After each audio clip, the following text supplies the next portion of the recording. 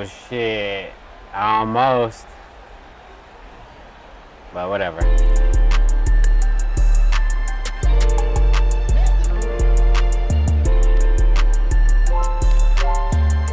Yeah.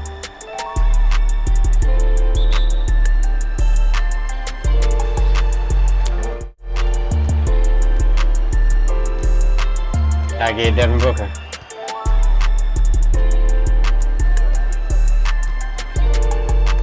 Oh, got him. Too easy, bro.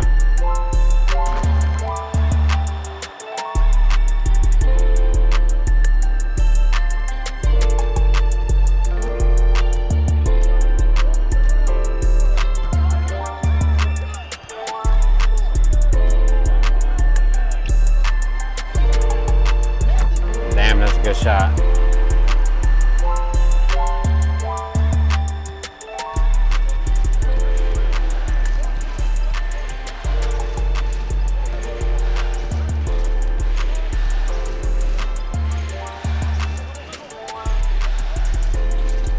Hey, let me get it.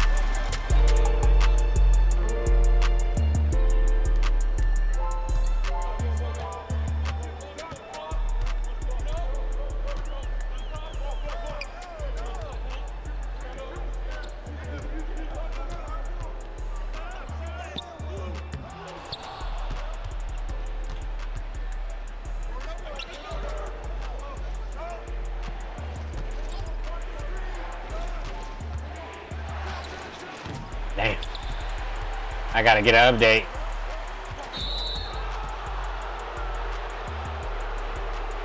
We out here playing defense though. Gotta get my shot down.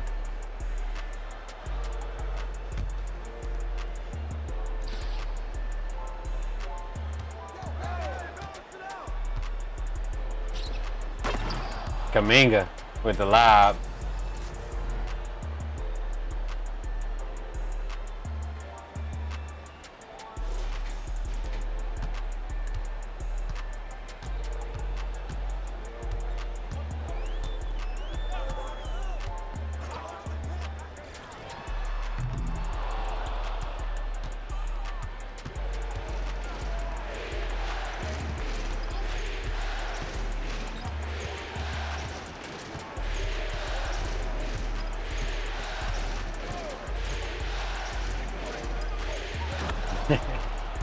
That's crazy.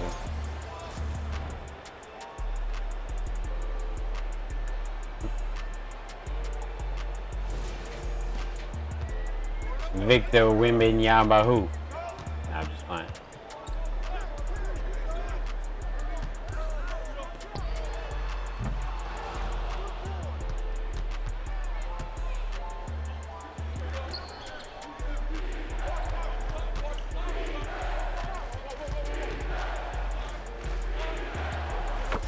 Hey, there we go.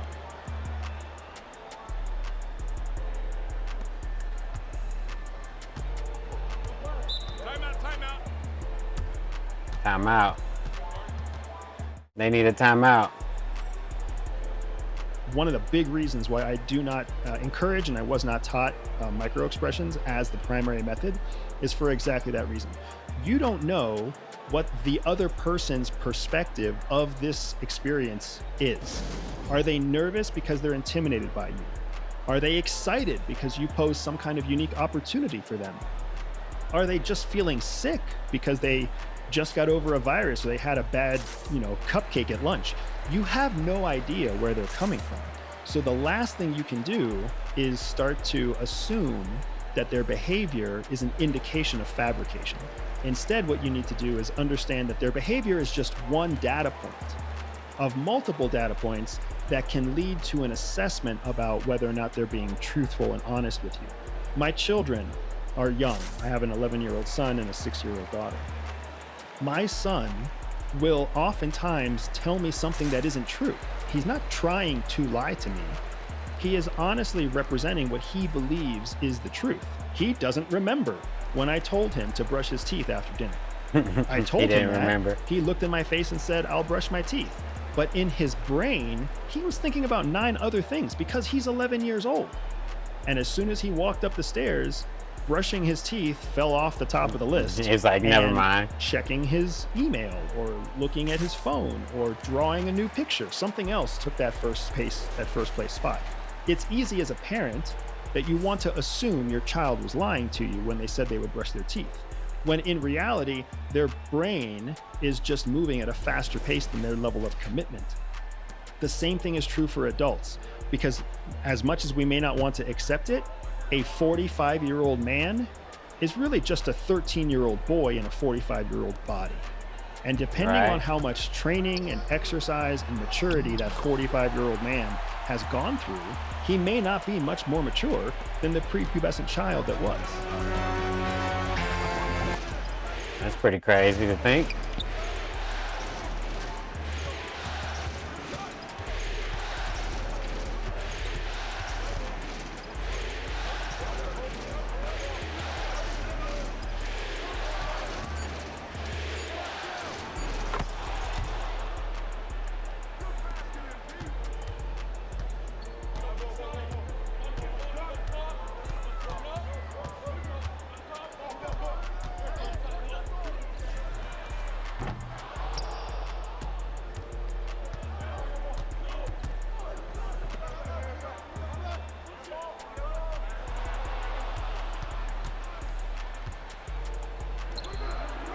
Damn.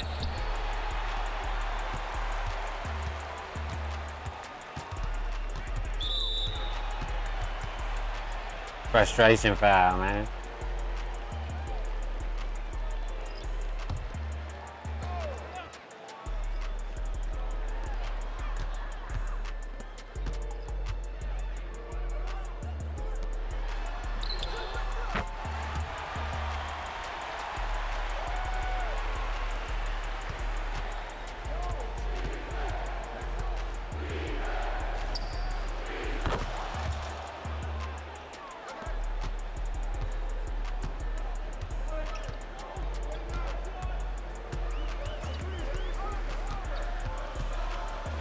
Damn.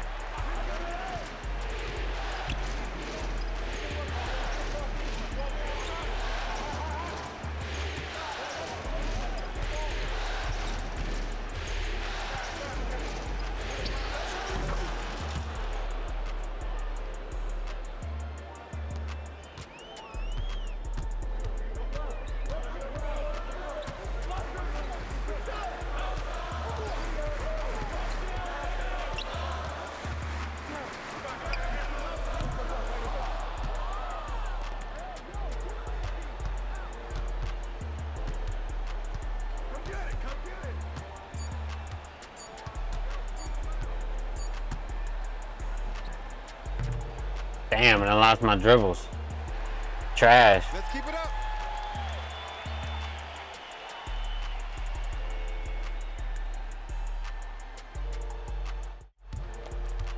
Shit crazy. Let's keep it up.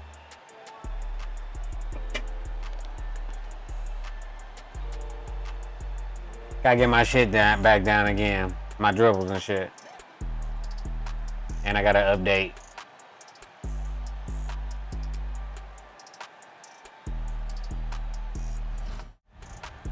There's multiple specialties. I mean, of course there's linguists, and of course there's case officers, and of course there's analysts. But there's also disguise specialists and mission planners and finance people and budget people. So there's a large contingent of very different types of skills. CIA has mastered its hiring process so that it knows what types of personality traits and personality types are going to be the most successful for the longest period of time in each of those career fields. Because if you think about it, nobody lasts longer than 7 to 10 years really anymore.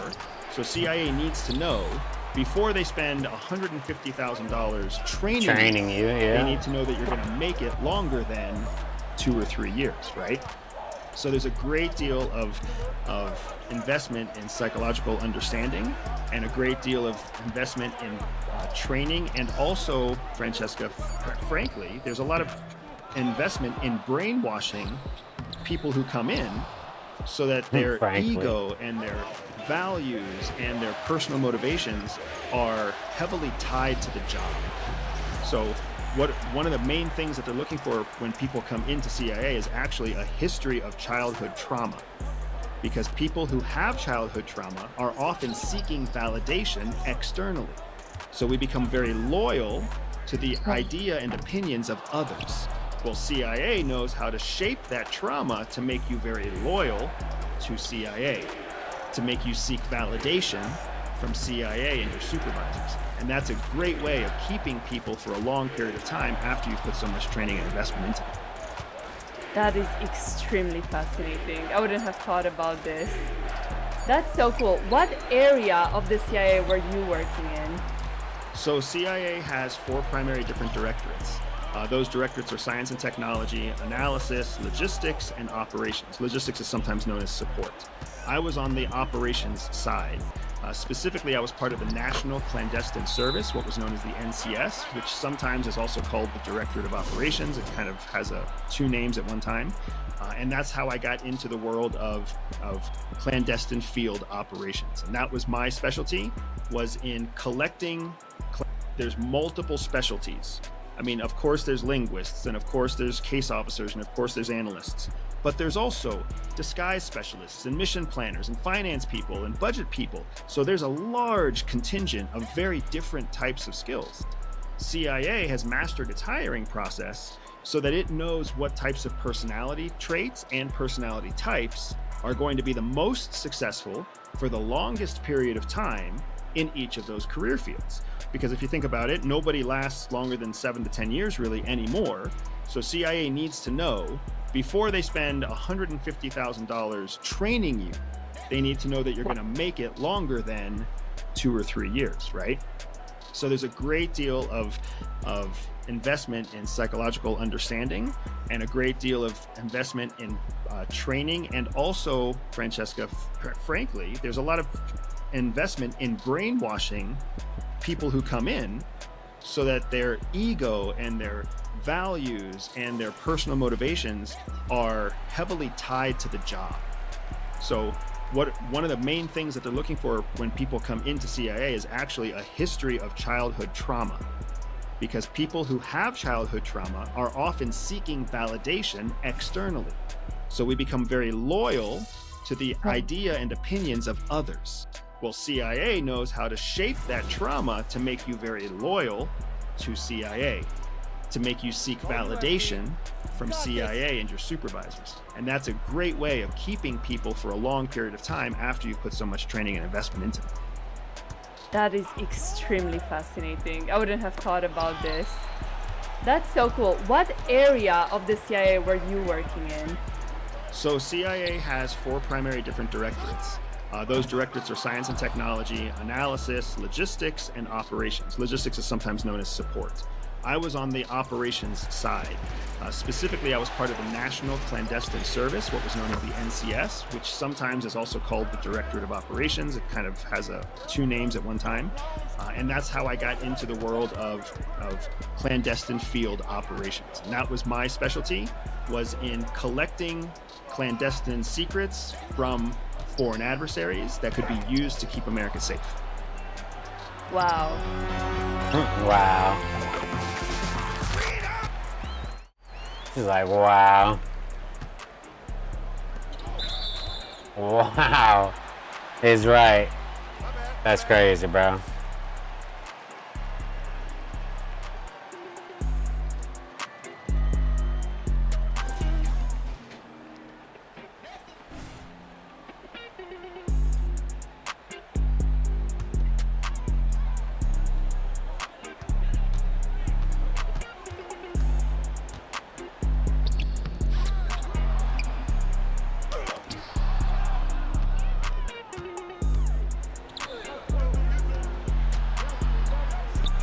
That's crazy. Made it though.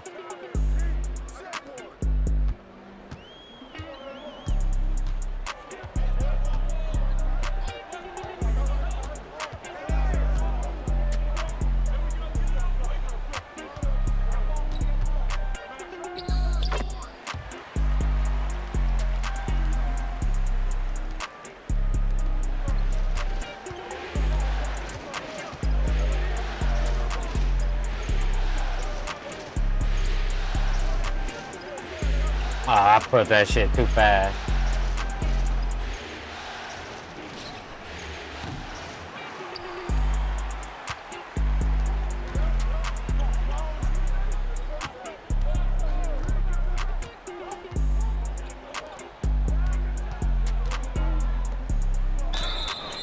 Damn. They ain't let me play no defense on KD. He a legend. They're like, nah, fuck that. Let the man shoot his free throws, man.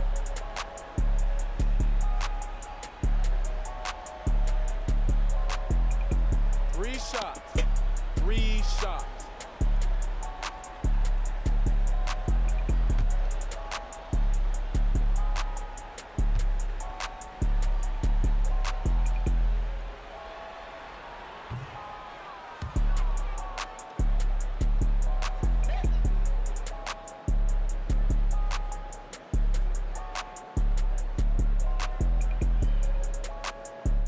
Alright, man, this nigga need to hurry up.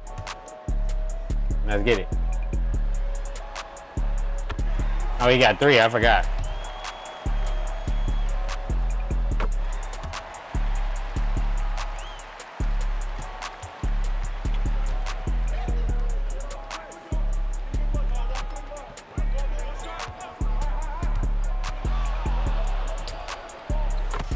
Damn.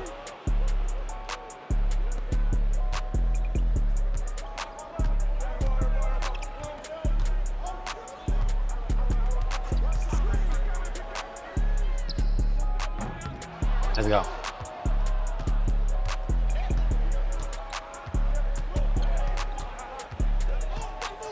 Hey, let me get that. Oh, come on, man. That was nice, though.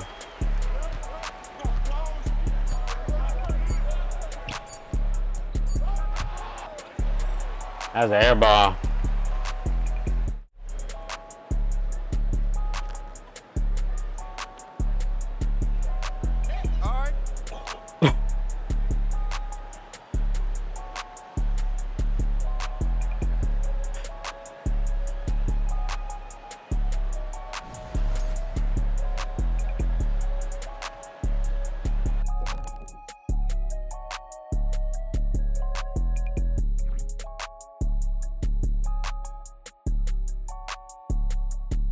In 45 minutes, okay, shit. We'll watch that shit then. Keep doing what we doing then.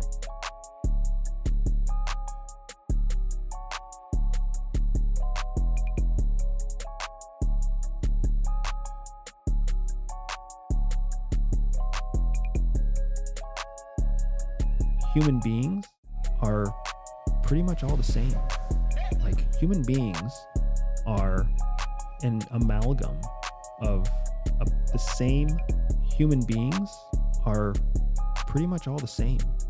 Like, human beings are an amalgam of the same pink matter brain.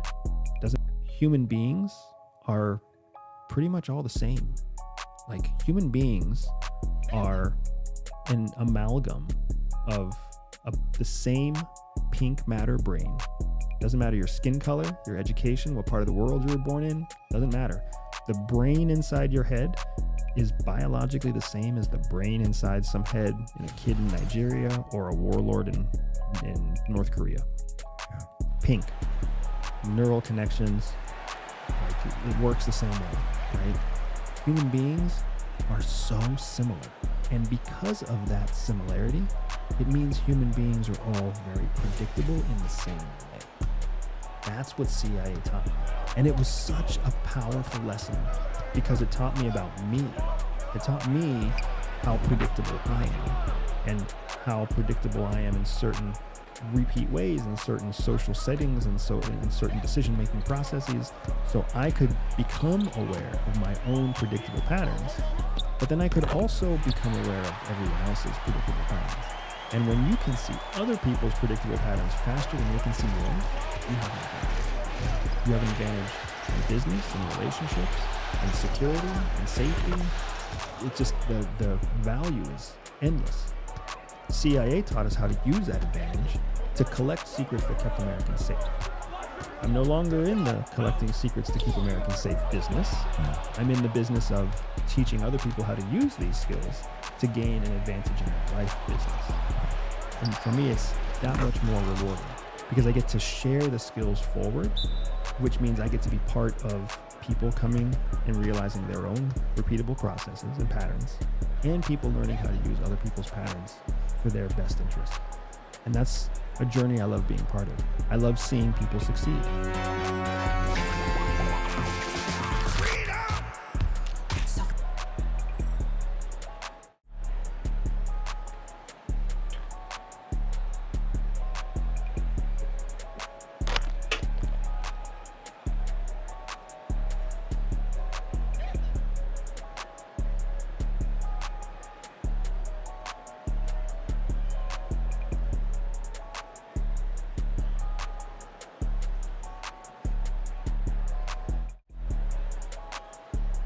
There's a lot of misconception out there that there are what's known as micro movements or micro responses that tell you whether someone is lying or not.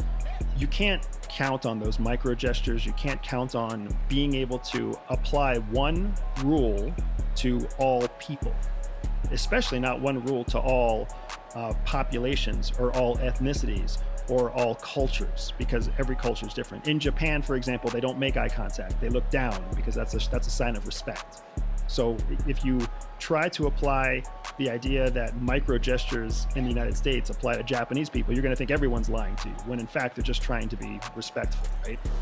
So I do not, and I was not taught to accept these micro movements of the face as a form of detecting lies or fabrication. Yeah, because it's instead, bullshit, what we're taught is to use actual communication skills to determine whether someone is lying to you or not.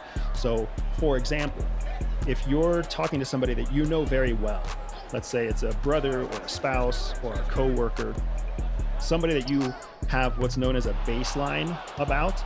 Baseline means that you've been with this person through many different varieties of emotion, of stress, of time of day, et cetera, et cetera. So you know, in a nutshell, you know what's normal, and then you know what's not normal.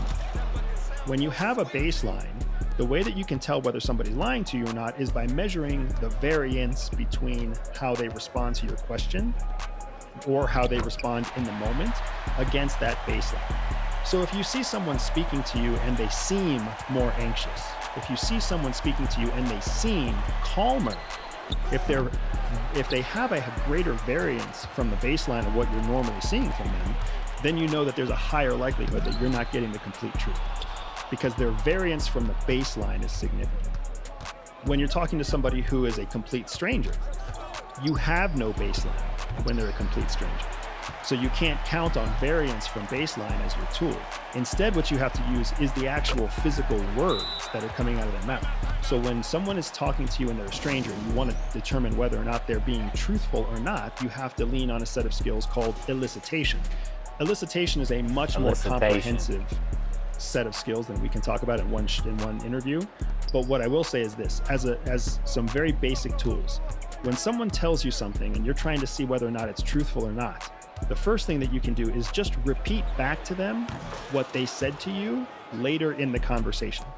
So if somebody said, hey, these windows are going to reduce the amount of solar energy that gets into your house by 25%. Some salesperson who's knocking on your door, right? 15 minutes into the conversation, you can ask them, how much will this reduce the solar energy in my house? And if they say 20%, then now you know that they're lying to you. Or if they say 40%, then you know that they're lying to you. Or if you come back and say, you said that these would reduce the amount of solar energy in my house by 35%, right? If they simply just agree with you, again, you can see that they're lying to you, right? So a lot of times, one of the best ways to tell whether a stranger is lying to you or not is by using elicitation techniques. Some of those techniques are repeating what they said back to them, falsely repeating what they said back to them, meaning they said 25%, but you're going to repeat 35%. You're looking for, again, variations in the specific detailed content. where with baseline, people that you have a baseline on, you're looking for a variance against the baseline. When you don't have a baseline, you're looking for variance against the information. But what you're definitely not doing is looking for micro expressions and micro gestures in the face. Right. It's like what you're definitely not doing is that.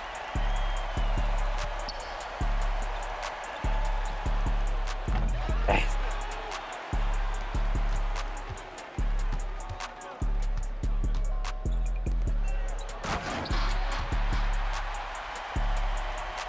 About to rip down the rim.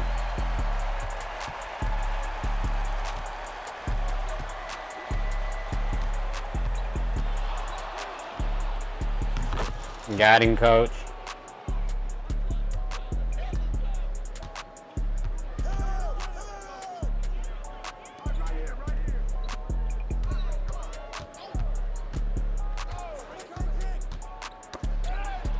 Damn. He's going to work.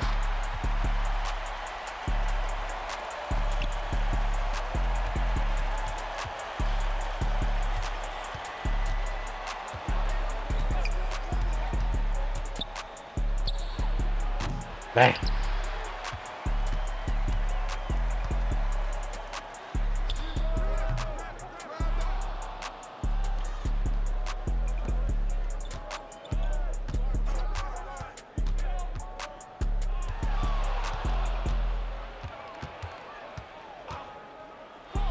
That's fucked up.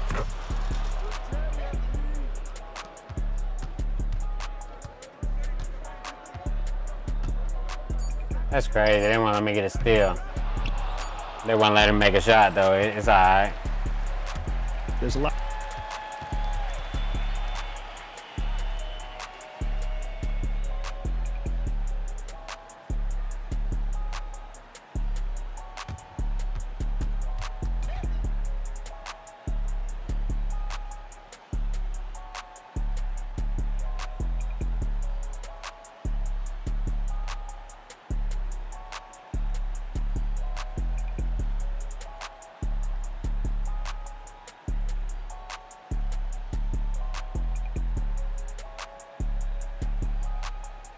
Just getting shots up, you know what I'm saying?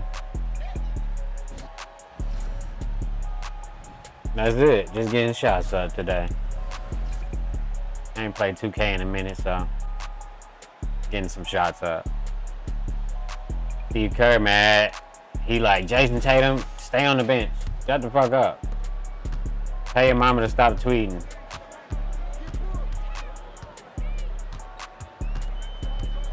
Oh yeah, we put you right where we want you, bro.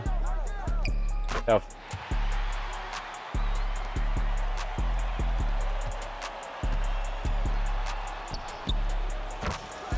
Too easy.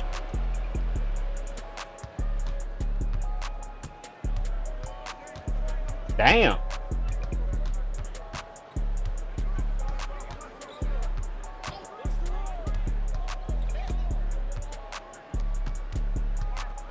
Yeah, too buff, too buku.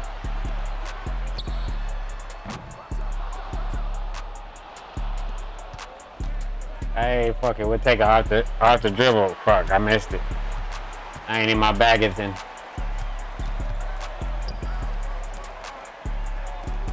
Get him, Curry. Get him, Curry. Get him, Curry. He tried. He gave his best effort. What'd you expect, man? You little nigga, man. Trying to guard that big motherfucker.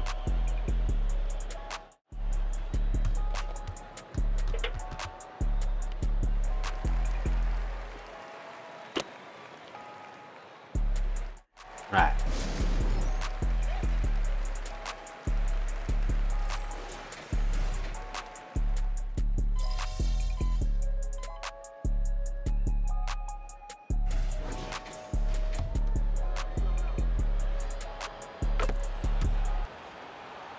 I was able to locate an interview with Mr. Bill Wood, an ex-Navy SEAL working on Navy's. I was able to locate an interview with Mr. Bill Wood, an ex-Navy SEAL working on Navy SEAL Team 9 that worked on missions in the Middle East, predominantly Iraq, a location that we have just talked about within our recent episodes. This guy was also trained to unlock technology within himself. Technology that I believe is from the old world, the previous civilization, and is currently being hidden from all of us. Take a listen.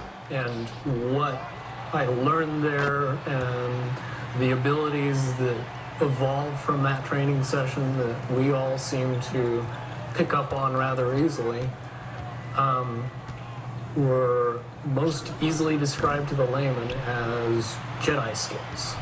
Jedi skills. It's Right. very easy, if you know what I know, to see the correlation between what happens in the movie in the Jedi training and what happens in Area 51 and Psi training. Certainly, we Jedi we in the training in Nines Area all 51? possessed a certain level of intuition and ability that would seem advanced to anyone who watched us use it. But at a certain point, you were trained. No, hold on. We gotta run this back. What the fuck they talking about?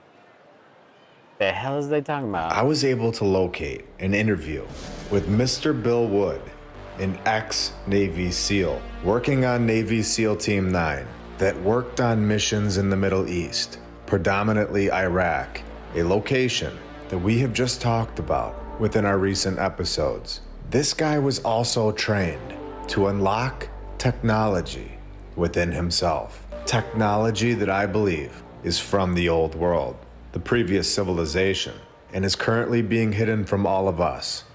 Take a listen. And what I learned there and the abilities that evolved from that training session that we all seem to pick up on rather easily were most easily described to the layman as Jedi skills. It's They got very Star Wars easy, abilities. if you know what I know, to see the correlation between what happens in the movie in the Jedi training and what happens in Area 51 and Psi training.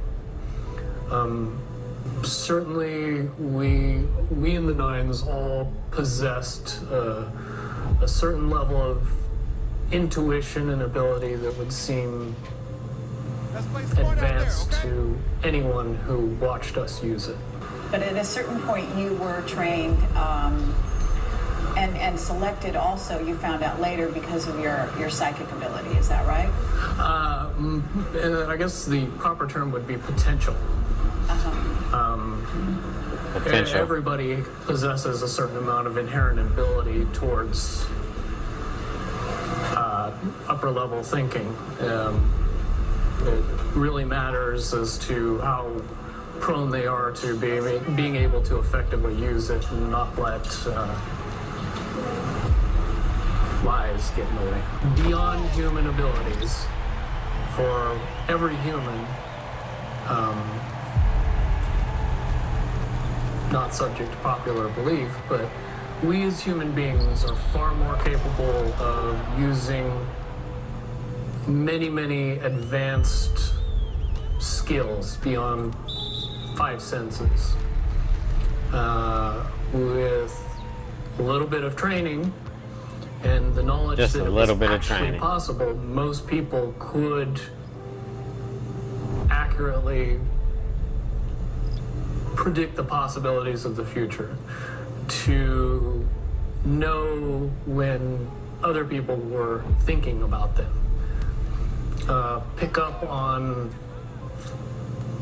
what is easy to describe as reading people, where Right. You don't really need to use your five senses to be able to know what somebody else is thinking or feeling.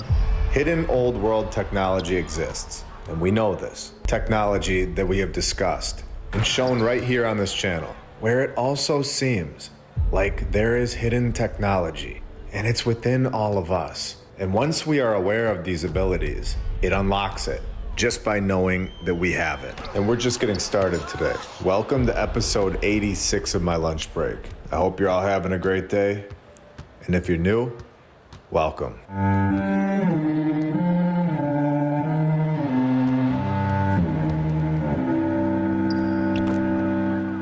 I just dimed it to Chris And I want to Paul. thank all of our sponsors over on Patreon. Thank you to FlatEarthDave.com, Truth, Dax, Liberty's Arborist. Someone helping this channel out a lot. Now, it's very interesting to hear that we are much more powerful than what we are told. It's interesting to hear a former Navy SEAL confirm this. We know that there is so much more here where we live, on the surface and below, as well as within us, where we have all been treated as if we are just basic, common, standard typewriters, when in reality, I believe that we are all supercomputers, Hey, and look at that. possibly even more. And I believe that once we all come together, it creates a massive source of power. Network. I believe this is known and has been used against us for many years. We are currently in the process of taking our power back. Now, switching gears here, we have seen the 18-level tunnel system located in Turkey, which we know was found by the local chicken. And we know that those tunnels By the could for local sure be chicken. deeper than the 18 levels that we're told, where they connected to at least 200 other cities. So today, we're going to stay in this region just north of Turkey. We have the country of Georgia, and this is all right below the modern-day Russia, or once known as Tartaria, where we are going to expose the Lord's Fortress, an ancient rock town in eastern Georgia, a cave complex where we know that these most likely are melted structures of the past and go far underground, where the so-called experts know that this location, one of the oldest urban settlements in Georgia, when Johnny the investigator tells all of us that human presence at this site dates all the way back to the end of the second millennium BC. So around 3,000 years ago, we are told, where this is according to carbon dating. Carbon dating is based on it's testing a not tree real. or a plant near the site, and then estimating how long the tree or the plant near the location has been dead. So telling us when people lived somewhere based on a dead bush is complete Based on a nonsense. dead bush. They cannot test the actual stone. They have to find a dead organism that was once living and then make an estimate about the site. This is not proof, and we know this now. Take a look at this place. It is very clearly melted. It looks like a random hill and really makes you wonder what all these so-called hills really were, or still are. And this place really is incredible, where the middle part is largest and contains a bulk of rock-cut structures and is connected to the southern part via a narrow rock-cut pass and a tunnel, where we just showed that this kind of thing was really easy, according to the Florida State genius. All they needed was a shovel, just carving rock tunnels for miles. Very All they easy needed was a 3,000 shovel. years ago, where they were not distracted by their video games or cable TV. And like I've said, these tunnels connect all over the world. When we see that these tunnels have staircases, surely going deeper into the ground than just one level, where there's a pillared hall with two adjacent rooms, where of course, one is the most important and has a stone bench where the ruler sat, probably, maybe. Well, the mainstream literally has no idea. And we know this, and they've obviously already been there. Groups that we have discussed, they're always taking care of our favorite locations, all around the world. And we are also told that archaeological excavations have discovered numerous artifacts from different periods, including gold, silver, and bronze jewelry, and other things, where we've shown that griffins guarded the gold, and now they are gone, where many of the artifacts, so not all of them, many of the artifacts are kept safe. Could you imagine what they really found there? And a bomb destroyed the site in 1920. Oh wait, no. I mean a picky earthquake. Can you believe how repetitive the mainstream narrative is? Using the same exact destruction stories over and over, where we have been told that this site has been just fine for 3,000 years. And out of nowhere, an earthquake wipes it out right when we're all here to see it. And we need the savior groups to go in there and stabilize the structure. It's unbelievable. And why is the U.S. in Georgia's business, where we see an article that the U.S. allocates grants for restoration of the Aplistica destruction. cave town, where that article is deleted. So we're gonna use our resources here and bring it back to life. All made possible thanks to our Patreons, all of our badge members, and every Damn, single Kerry. subscriber. And everybody who likes the videos. You are all helping more than you'll ever know. Sharing this information with more and more people every single week. Exposing things to the world, locations, information that has been hidden right in front of our faces for so many years. Information, places that I can't believe we were never told about in our supposed history classes. I wish they would have just brainwashed me with these incredible places. I would have been so much happier. So let's check this website out and see what's so important about it. We're the project to go help a rock site that has been there for thousands of years, just fine, without our help. Costed the US taxpayer $200,000 to just The US monitor the taxpayer. territory That's of the ancient stone town. And we get confirmation, yet again, that they believe this place has been doing just fine for 3,000 years. Until that 1920s earthquake, of course. What are the odds we all finally get here and can verify information? And out of nowhere, it gets its first attacking earthquake. And it's very interesting that we are shown that in 1920, the earthquake hit the Gori region, which we can see right here is west of this site that we are talking about. In fact, it's 5 miles west. This earthquake in 1920 did not even hit this location. So in my opinion, of course, something else happened to this site. Check these pictures out. This was clearly an old world palace, above and below the ground. I'm very interested to hear your thoughts. After everything that we've shown in this region, do you think that these tunnel systems go under all of this land that we can see right here in the pictures, where this was all supposedly built by the people that don't make any money? And I'm not gonna say that word again, as we've had an issue with it on one of the platforms. We are told that the people that weren't given any money in exchange for their efforts were given a pickaxe. They give us these children's stories over and over, and we just believed it for years. Where this time the pickaxes were supposedly covered in iron and the other half covered with gold. Where once the people that worked for free, once they wore out that iron, they would earn their freedom and get a date with the princess, all given to us by Walt Disney and his friends. So can you believe this? Time and time again we see this, where the main part was unearthed, or in regular English terms, they just found it in 1956. And then yet again, tell us all about its history from thousands of years ago. They just found it in 1956. So right in the middle Now they of know all wine about press and a bread bakery, they sneak the tunnels right into the sentence. It's amazing. Again, they know, supposedly, that this location's first downfall started from the 1st century. And in the late medieval period, this site was fully abandoned. Could you imagine waking up today, having a cup of coffee, and telling everybody about a site that was just found in 1956? Telling everybody all about what happened thousands of years ago. I'm sorry, what they but do, that though, sounds man. like someone that I don't trust at all. Someone that knows all about 3,000 years ago. Yeah, right. Nobody knows what happened Experts. 3,000 years ago at this location.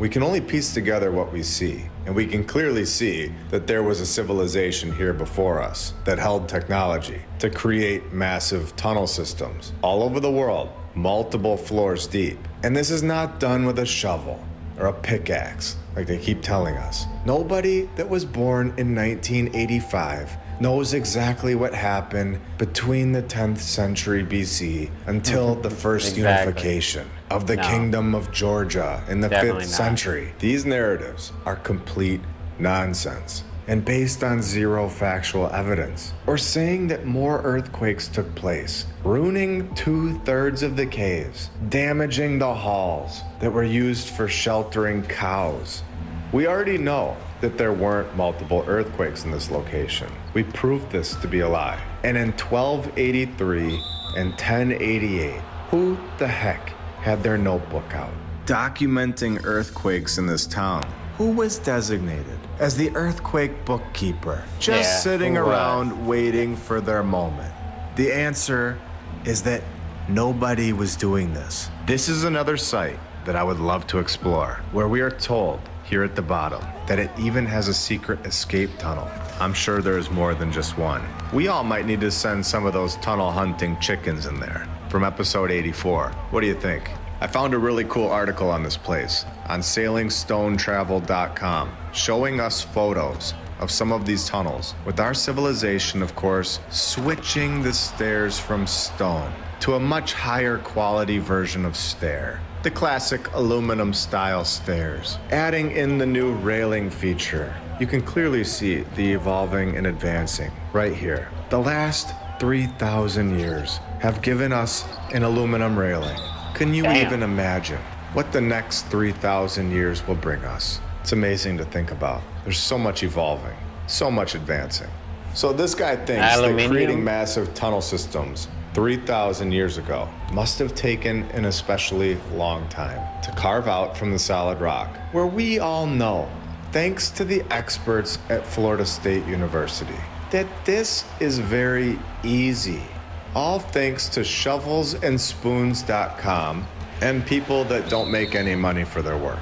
Check this place out. This arch is totally melted. This is not carved like this, and this is not done with a shovel or a pickaxe. They are smooth edges. They didn't sand it down. And you can also see that the inside had detailed stonework that looks like it's been washed away.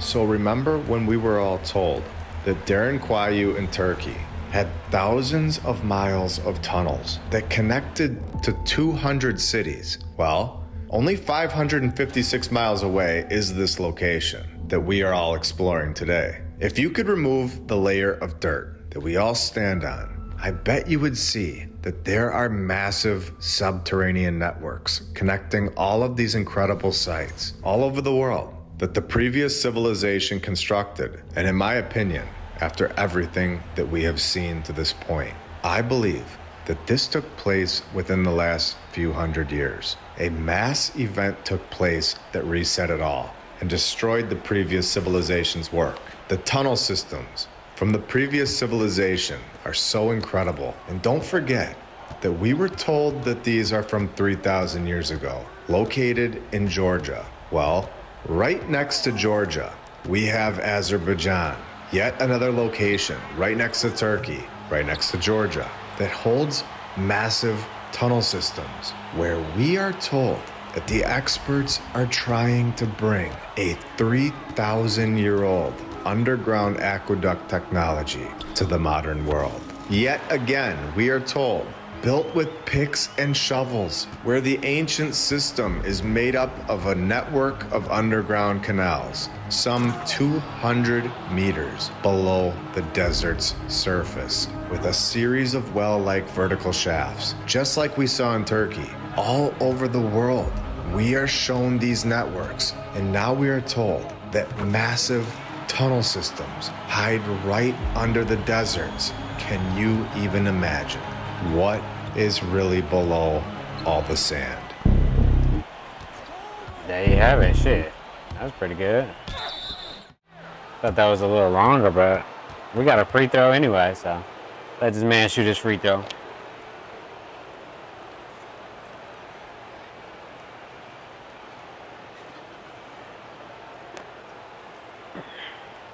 Take a break. Take a break. 2 shots.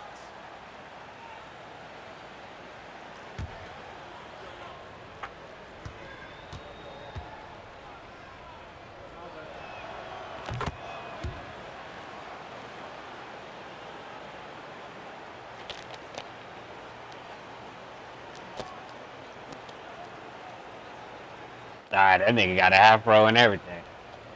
Alright, here we go.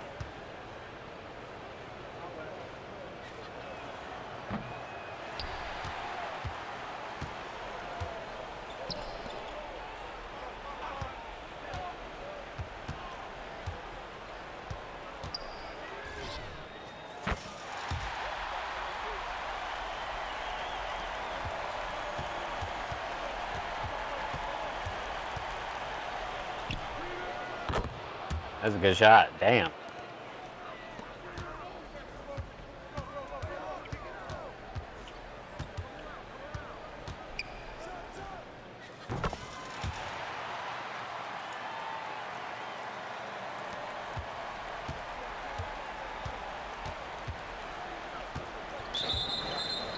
Hacking like a motherfucker. Fuck him. Kiss my ass, nigga. No diddy. Dang, he got the back door. Ooh, Curry got dunked on too. I got away.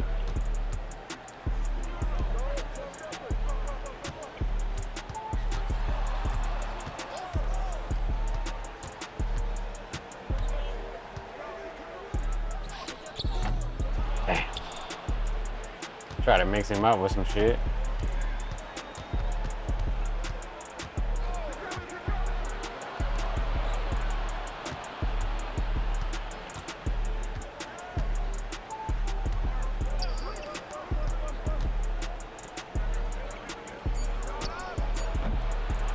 Missed that.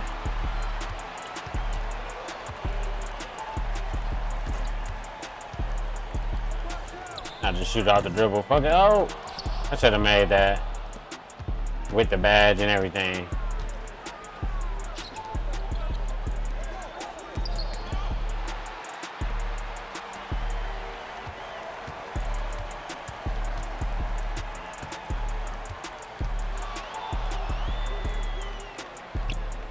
I think I can make that one.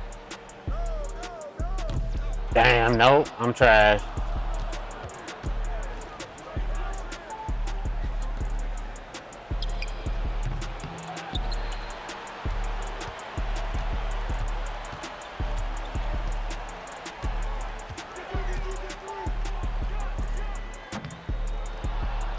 Damn, real trash.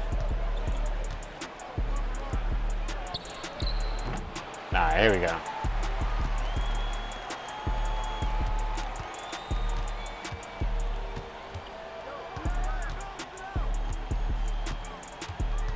Oh shit.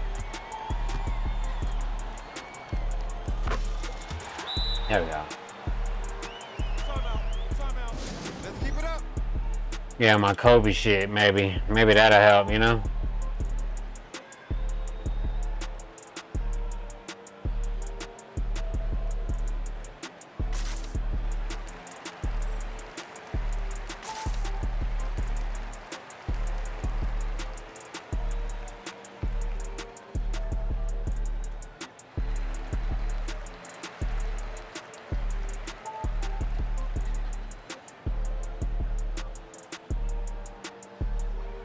Barefoot when you.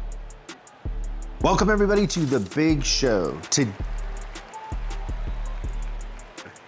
You have to get into their secret life. So Alright, give me 1 second, I'll be right back. You dig? Sheesh.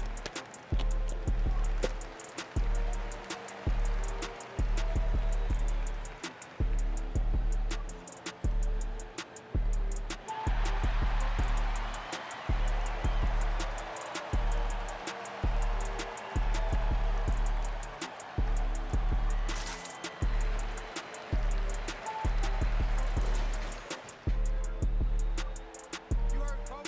No plays off.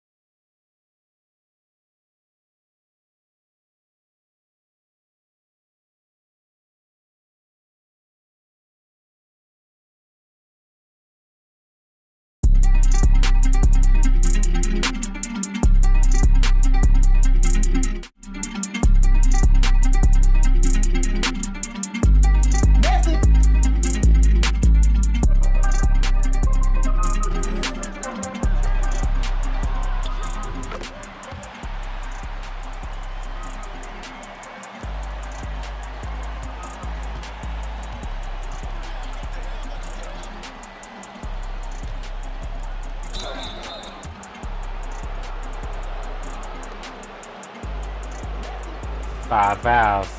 It's okay. Let the man shoot this free throw.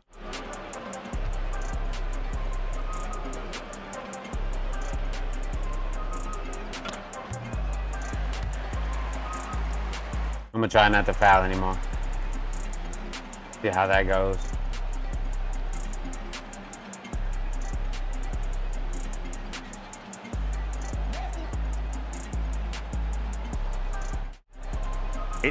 Inside your private life, this is where you have your closest relationships. In your public life, you don't have a lot of close relationships. You might have friends, you might have acquaintances, but there's still people that don't know that your feet stink and people that don't know what movies you watch when you're home alone. In your private life, you make really close, powerful friends, but you don't make spies. People don't tell you their deepest, darkest secrets just because they're friends with you in your private life. That happens inside of a secret life. We talked about shame earlier. Your secret life is where you hide your shame. Your secret life is a thing that even the woman or the man that you take to bed every night doesn't really know what happens in your secret life. If there are other people in here, they are so trusted that they're like family, they're closer than family, they're like compatriots to you. If there's anybody even in there. When you want to turn someone into a traitor, you have to get into their secret life. So what are the tools to move them from close group of friends to secret life? I'm gonna guess one would be telling them something that you shouldn't tell them. Being vulnerable first, would that be one? So it all ties to vulnerability, exactly right. And then there's different tools of You can vulnerability. share shame. You can share shame. If by the time you've walked somebody from public life to private life and you're starting to get close to secret life, that no matter what mood I'm in, if somebody turns on the song Singing in the Rain, it makes me smile. It makes my wife tap her foot. It makes my oldest son dance around in the living room. He recorded a video for me when he was like 7 years old, where he's singing the Singing in the Rain song. And he's acting it out with his little Superman umbrella. Just did it on his own. I was traveling and he was like, "Mommy, I want to do something for Daddy." So she hit record and, he did his rendition. But my point is, that's all private life stuff. Vulnerable to a select few, right? Inside your private life, this is where you have your closest relationships. In your public life, you don't have a lot of close relationships. You might have friends, you might have acquaintances, but there's still people that don't know that your feet stink and people that don't know what movies you watch when you're home alone. In your private life, you make really close, powerful friends, but you don't make spies. People don't tell you their deepest, darkest secrets just because they're friends with you in your private life. That happens inside of a secret life. We talked about shame earlier. Your secret life is where you hide your shame. Your secret life is a thing that even the woman or the man that you take to bed every night doesn't really know what happens in your secret life. If there are other people in here, they are so trusted that they're like family, they're closer than family, they're like compatriots to you. If there's anybody even in there. When you want to turn someone into a traitor, you have to get into their secret life. So what are the tools to move them from close group of friends to secret life? I'm gonna guess one would be telling them something that you shouldn't tell them. Being vulnerable first, would that be one? So it all ties to vulnerability, exactly right. And then there's different tools of vulnerability. You can share shame. You can share shame.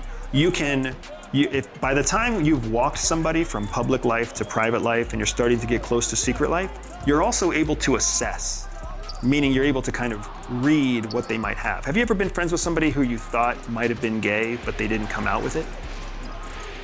That's one of those areas where you can be like, if you really want to dig into a secret life, for a long time, homosexuals had to keep that in their secret life, right? I've had friends, and when I was in the Air Force Academy, that was at a time when it was still don't ask, don't tell, and you could get kicked out if you were gay and all sorts of stuff. I had friends where I suspected they were homosexual. And I knew that at any given moment I had a close enough relationship that I could have gone up to them and I could have been like, "Look, man, I wonder if you're just not into girls or you're into boys, and if you are, I still love you, man. You're my best friend. I just want you to be happy. If there's something I can do to make you happy, just tell me. Tell me what that thing is." And now if they admit to that, now you're In those. So then how do you do that with a target out in the field? Because everybody has a secret life. Everybody has shame. You just need to find what that shame is. right? For some people, that shame is the fact that they've had an affair. For some people, that shame is the fact that they've stolen money. For some people, that shame is the fact that they're closet alcoholics. For some people, that shame is all sorts of different things, right? And it's not always things that you have to be shameful of. Some people are ashamed of the fact that they're not in love with their current spouse. That's not something to be ashamed of, but for them, they are. Maybe because of their religious background, maybe because of their parental upbringing, they're ashamed of it, right? But if you can read a relationship, if you can read a person over weeks or months, watching them interact with their spouse, watching them interact in their private life and their public life, and then you come up and you think that you got it right, if you dig into that vulnerability, right, and you say, hey, sometimes I don't like my wife, man. Like, I married her, I made a promise to a lot of people, but sometimes I really don't like her at all. And then they come back and they're like, man, I totally understand. Tell me more, right? And then you're breaking into that secret life. It's not because they should be ashamed. It's because they are ashamed. And if you can be vulnerable with somebody and help them feel less shameful, you're winning incredible loyalty from them. Because guess what? There's only one other person in the whole world they can talk to about it now. You. And that's something that we carry to bed. If anybody's ever been in your secret life, you know exactly what I'm talking about. There's like something that's heavy on your heart. You're like, there's only one person I can talk to about this, right? And then you think about them constantly. And when you get your chance to talk to them, it's like coming home again. That is what we simulate to create like that artificial relationship in espionage, is to get people to tell us those secrets. It's not healthy. I don't think for a second I'm trying to advocate that we should all do that, but that is what we do. Well, I mean, I do think that it is applicable to customer service and leadership in the sense, you know, I think one of the things that made me good early on is I was just curious about people. I wasn't curious about the car. I could care less about the car. In fact, if they asked me about the car, I didn't know how to answer their questions, right? Because I wasn't a mechanic. And so for me, I was more curious, like, oh, where are you headed like, today? I'm Oh, not I a work at mechanic. Microsoft. Yeah. Oh, what do you do over there? Like, and it was natural. It wasn't, I wasn't doing it for any other reason than that was just how I think. Like, I'm just genuinely curious. So I think that that has many applications, but it crosses over to if you want to serve a customer base and the exchange of value isn't just money, or you'll get more money if that exchange of value has an element of real interest in the customer. Authenticity. Personal Because element. otherwise you're just selling a commodity, Right. and then somebody else can sell that cheaper, they can make it cheaper. Yep. And so I think it's very relevant in that sense. I agree with you. I'm gambling my entire family's financial legacy on my belief that the tools that we use in espionage are relevant in business. Yeah. We've built a business that models it. We teach people how to use it, right? So I am completely with you. And your whole point about using it in customer service, using it in sales, using it inside a corporate structure just to move up the corporate ladder, right? Because if you can get into your boss's private life or your boss's secret life, if you even understand the concept of working a human relationship to your benefit, now you're the first one on the docket for promotion. You're the first one on the docket for a raise. You're the first one on the docket for, expanding business in the next county over, or fixing a problem somewhere else in the country, right?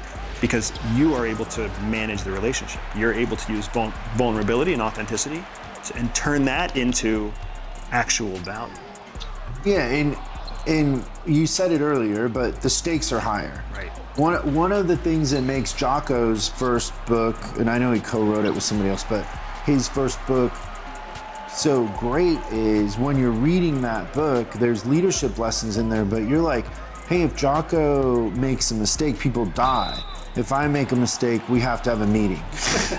You know what I mean? Yeah. And so Yeah. there's an authenticity to that, and then there's also, it's iron sharpening iron in the sense that these tools have to Steel work. sharpens steel. Where in business, everybody isn't always motivated by an outcome. Sometimes they're motivated by just protecting their same in politics, right? Yeah, absolutely. They'd rather protect their territory than actually make a difference.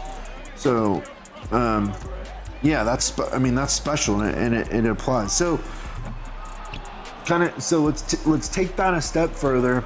The thing that I have learned and kind of figured out is that Another frustration one foul. of the biggest hindrances to connecting with people or leading people is judgment. And I've heard people say the saying, if you judge, you lose, in a sense. And that has to be true for what you're doing, right? Is you don't want to judge, you just want to understand. And how do you practice not judging? And maybe you have a skill set where you never really were judgy, but I can tell you that is not the case for me. I think, and then the other part of that, I guess, is judging and its relationship to patterns and scripts. In a sense that, like, if I go see a doctor and he's dressed in Miami Dolphin hot shorts and a tank top, that's not a doctor. I need a guy in a coat with a stethoscope, right? Right. And so, and in a sense, part of the reason why you were successful in the CIA is because you fit into a certain thing, and then people, they weren't challenged or they weren't judging you, you weren't sticking out, right? In that way. And so, a lot of times we will, if somebody's insecure so they come off really strong, we will meet their aggression with aggression instead of trying to understand it for what it is. If somebody has trauma, we will address the outcome of that trauma, but not the actual cause of the trauma. We're not usually looking at the cause of why this person in front of me is acting this way. We just go right at the symptom. Right. And that's the judgment, I guess. Yeah, so when you talk about judgment, this is a super rich topic to talk about, right? What a judgment is it's a conclusion, right? So let's move from the word judgment, move into the word conclusion, because that's what we're doing when we judge, right? We're reaching a conclusion based on limited information. This person is in Miami Dolphins hot shorts, and they're not wearing a stethoscope. I have concluded they're not a real doctor, right? That's essentially what we're doing. Yeah. And then I get a little dopamine. Because you feel like you feel won. powerful, right? Right? So, and in a sense, you get addicted to conclusions. sort of, but what you're not realizing, or what some people don't realize, is that you're falling into a pattern of human survivalist behavior. Remember we talked about being cavemen? Cavemen wanted to go outside of their cave, look around, and in the distance they see a boulder with fur on it, so then they're like, that's a saber-toothed tiger. I'm staying in my cave, right? It's a survival instinct. Those snap judgments, those snap conclusions are a tool that are outdated. We used to need them to keep ourselves alive. We don't need them anymore. But we have evolved technologically and socially faster than we have evolved biologically. So now we have these judgments and snap judgments and conclusions working against us. So what CIA trains us to do is something called assessment. Assessment is essentially a never conclusive loop of information gathering, right? So you sit with somebody and you're taking on all the same information, but you're not reaching any conclusions. This person's talking aggressively. This person seems angry. Like their body language is this, their verbal language is this, their tonality is this, the word choice is whatever it might be. This is all assessment data. So instead of reaching the conclusion that they're insecure and pompous, or reaching the conclusion that they're a jerk and I need to defend myself, instead, we just continue looking for more information, right? You seem really upset about this. Can you tell me why, right? What about this makes you so frustrated, right? Because now people are gonna give more information. The game in intelligence is a game of information superiority. You've heard of air superiority, littoral or maritime superiority, ground superiority. weapon superiority, strategic superiority. This is information superiority. The person with the most information wins the battlefield. So we keep ourselves from reaching conclusions by creating constant assessments. Now, what you learn today and what you assess the situation to be today can be totally different tomorrow, because between today and tomorrow, new information has arrived. You see what I'm saying? So when you give yourself the space to make constant assessments, you're constantly collecting information. The secondary effect of that is the other person never feels judged, right? Which then they give you more information. They give you more information and they have a positive experience with you, which makes them want to be around you, which creates loyalty to you, right? Just like we talked about earlier. Because everybody else they're talking to, guess what everybody else is doing? Judging them and making them feel judged, right? The superpower to judgment is twofold. One, when you don't judge, the person you're not judging naturally becomes more comfortable around you and they build more trust in you. The second thing that's the superpower is you know that they don't get that anywhere else. Everybody else in their life is judging them. Their own freaking mother is judging them. Their own dad is judging them, right? You're the only person that's giving them permission to just be themselves. And you're showing natural interest and curiosity in them. It's why you dominated in your job earlier when you were saying that you just had a natural curiosity about people. I bet that included people who walked in angry and people who walked in happy. You were still naturally curious. It's hard for people to resist. Yeah, and I think I was even more curious when you asked somebody like, hey, where are you headed today? I don't know. They wouldn't tell you. It was even more fun, like, you know, and those people end up being the ones that won't shut up in the end, right? No, it's great stuff. Awesome, man. That was a great conversation. Thank you. Thanks so much for watching this episode of Service Job Revolution. We're uploading new stuff every day, so make sure you subscribe and click the bell icon so you don't miss out. If you have... Or not, one or the other. That was just the end of it though, but...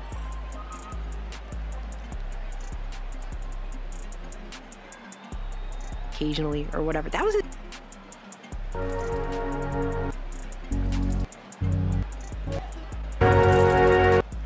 We're snarky commentating.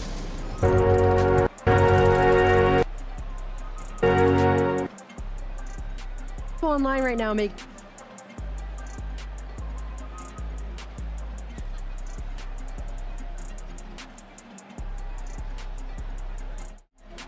Alright.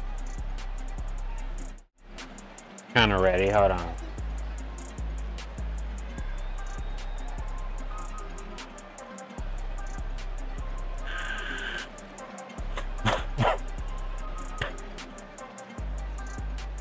I ain't hit that shit in a minute. Yeah, hit now.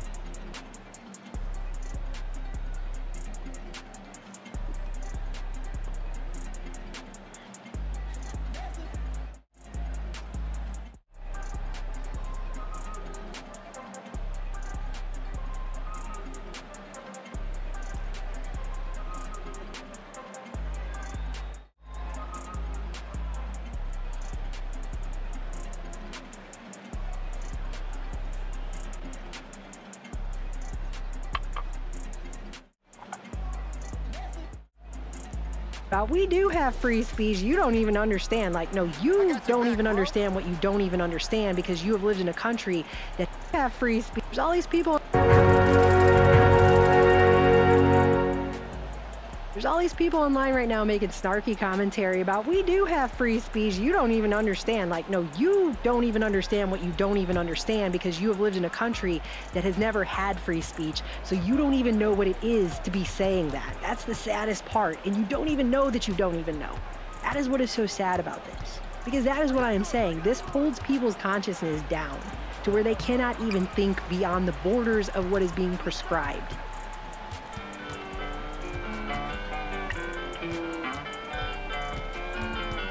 Hey guys, so I feel like I've probably made 100 videos on this and I'm just gonna keep going with it because I feel like I have to figure out a way to get across how important what I'm about to say is, because this is about to be very important in the years ahead. Very, very important.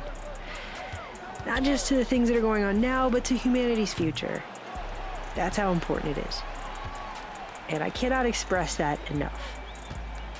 I don't know if you guys are aware, but this year the UK had their elections on July 4th, which, as we Americans know, obviously is the day that America declared independence from the mother country of Great Britain and the Crown.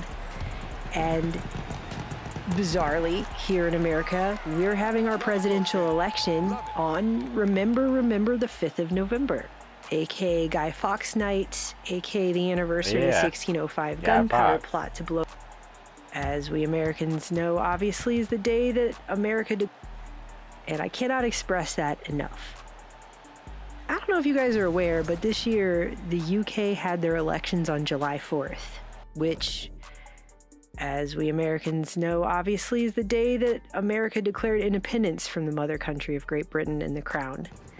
And bizarrely, here in America, we're having our presidential election on Remember the 5th of November, aka Guy Fawkes Night, aka the anniversary of the 1605 gunpowder plot to blow up the British Parliament, as featured in V for Vendetta. Remember the 5th of November, the gunpowder, treason, and plot.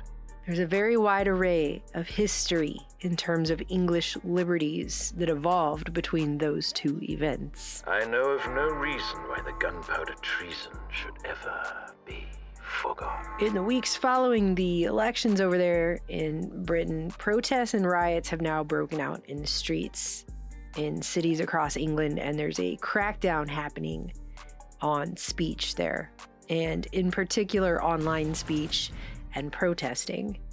And right now, the government has employed use of Section 127 of a 2003 Communications Act to arrest people for social media posts. And you have the Director of Public Prosecutions even going on Sky News to warn people that even just reposting a post could get people in trouble. Publishing or distributing material which is insulting or abusive, which is intended to or likely to start racial hatred. So if you retweet that, then you're republishing that, and then potentially you're committing that offence. The last point there is crucial, isn't it? Some people might be sharing simply to warn their friends, but it could be considered an offence because they're amplifying this. Absolutely, and that's the key message, is that however you think you're acting innocently, disseminate on social media, whatever platform it is, you're just sharing something for whatever reason, that could potentially be a criminal offence. And look, it's not an idle threat either, because the Crown Prosecution Service were keen to point out that they've made a number of charges. It's not an idle threat. And we do have dedicated police officers who are scouring social media. Their job is to look for this material and then follow up with identification arrests and so forth. So it's a really, really serious. People might think they're not doing anything harmful. They are, and the consequences will be visited upon them. So it's 2024, and England still does not have free speech. And they never have, not this whole entire time. That's crazy. America might be the only place that has the First Amendment, or anything even remotely close to it. America. And we've been working on our film, and part of that research has been trying to wrap our minds around the mindsets held in the past that got us here as Americans. And part of that has been some very deep, detailed history research going back to not only ancient times like ancient Greece, but a lot of research on England in the centuries leading up to America.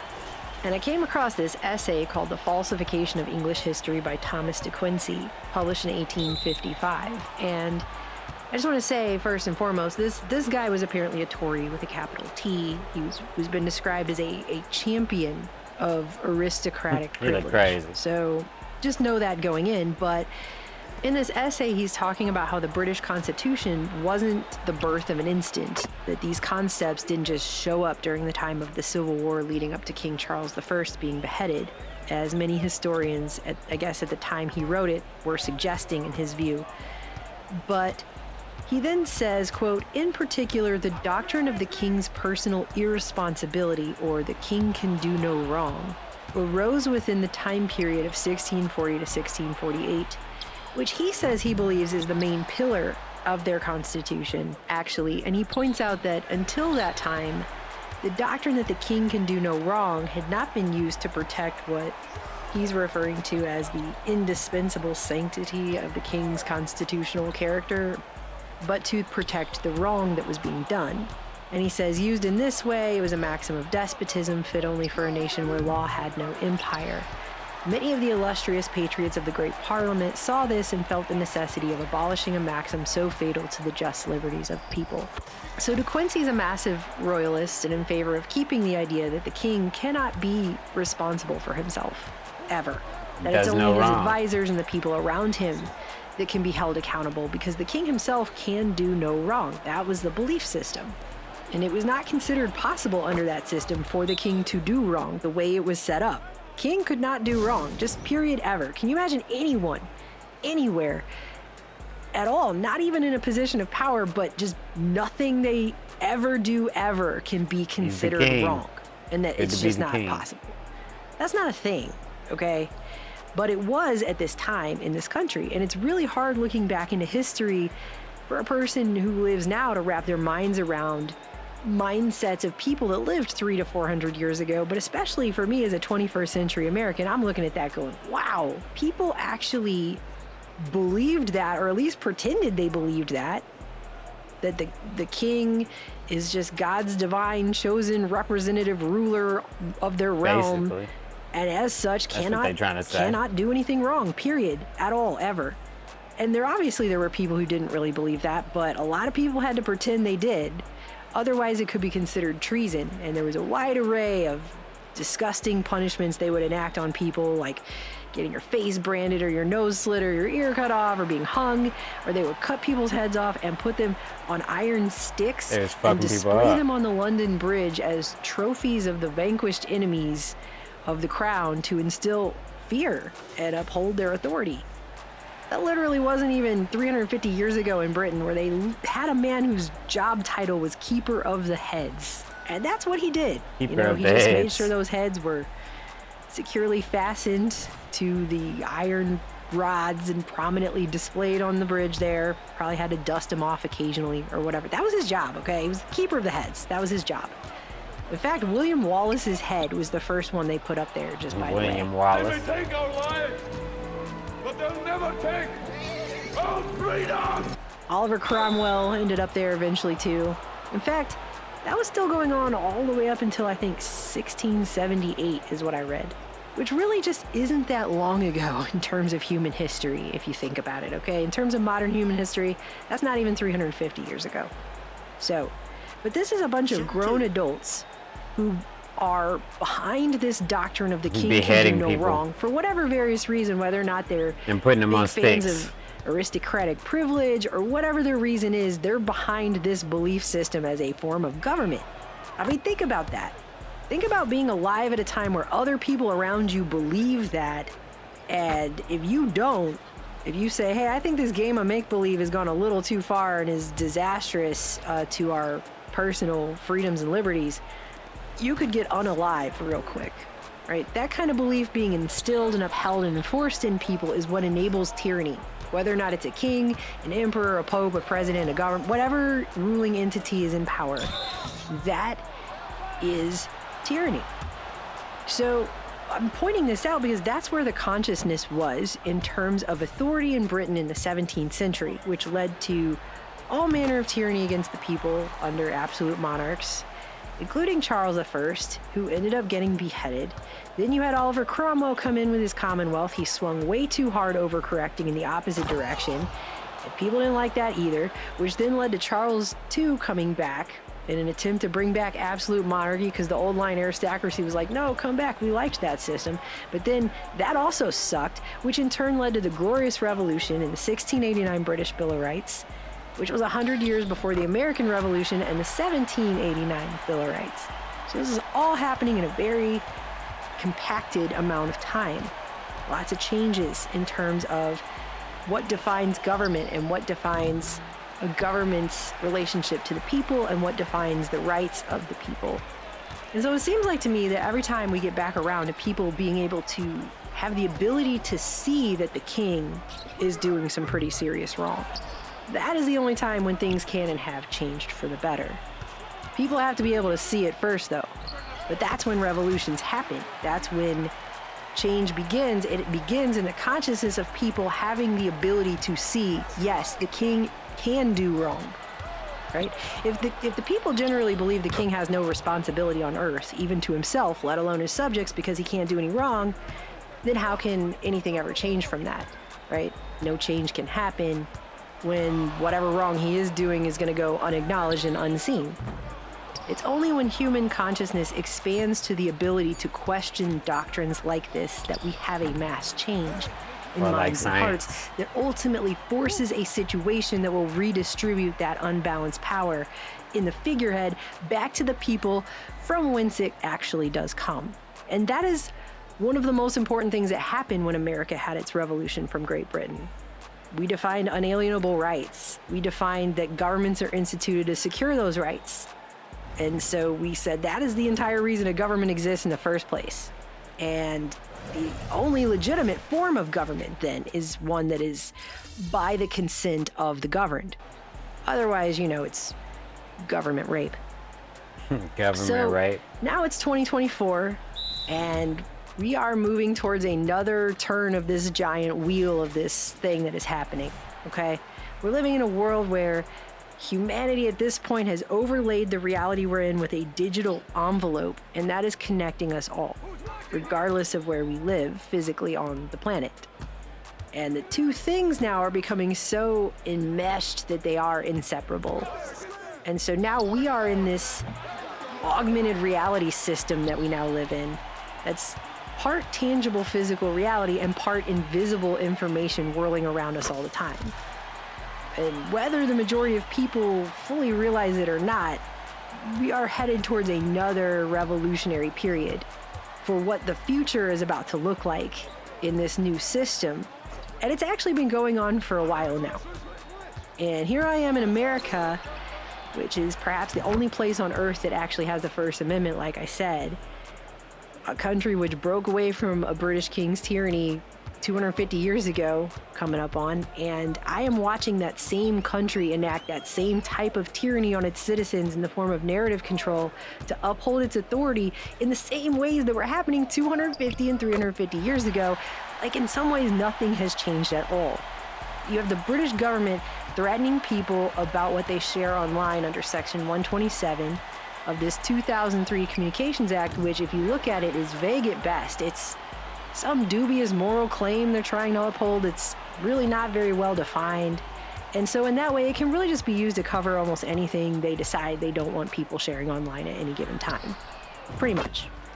I mean, they're arresting people for Facebook posts now.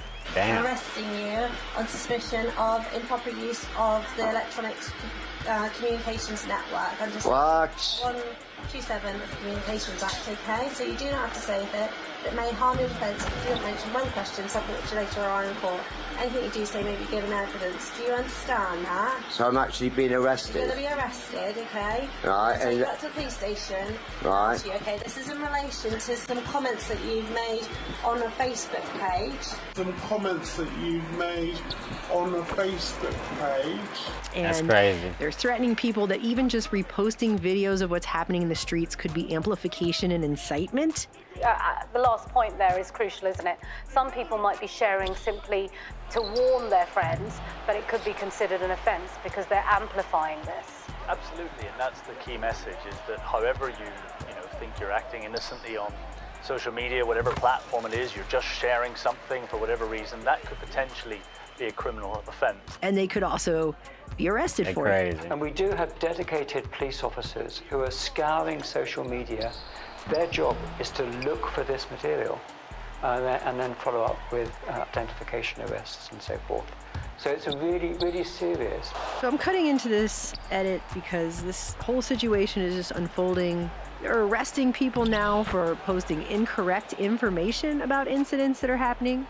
We have some breaking news now, and a woman has been arrested by Cheshire Police in relation to an inaccurate information on social media about the attacker in the Southport murders. It says a 55-year-old woman from near Chester was arrested earlier today, Thursday the 8th, of course, on suspicion of publishing written material to stir up racial hatred and false communications. She is currently being held in police custody. They are sentencing people for 20 months in prison for things they've posted on Facebook. You have been committed for sentence, having pleaded guilty to an offence of publishing written material which is threatening, abusive or insulting, intending thereby to stir up racial hatred. The sentence that I pass has been reduced by 1/3 to reflect your guilty plea.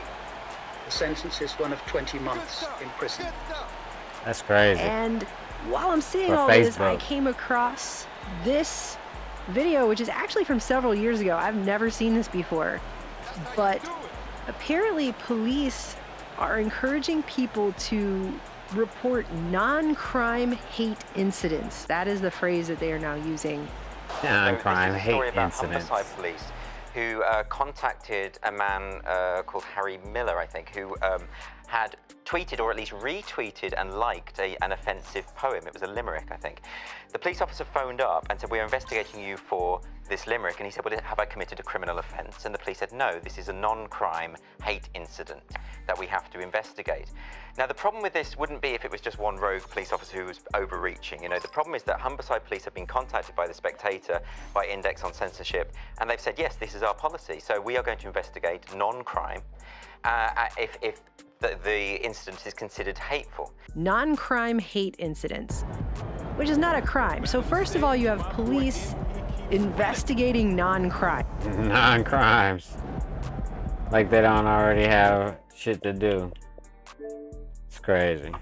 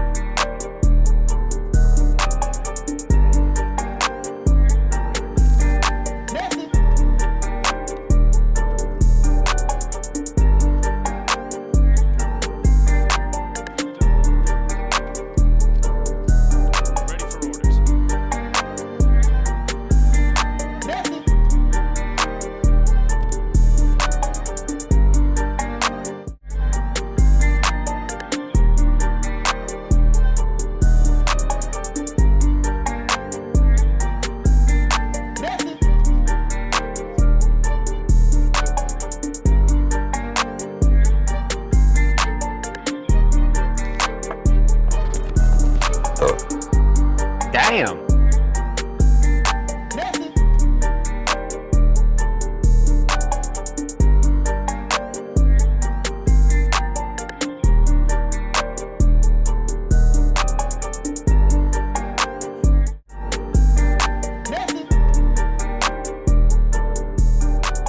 All right, let's see if we get a couple kills in Battlefield real quick. I just want to see.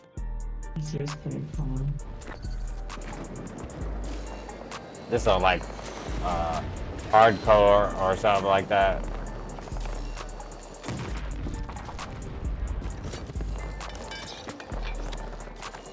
Gonna need a ranger at this location.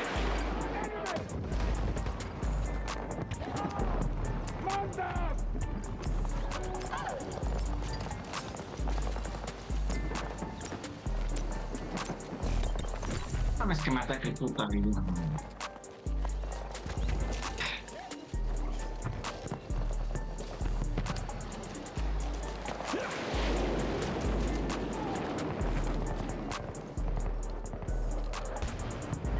We need you. Hold on.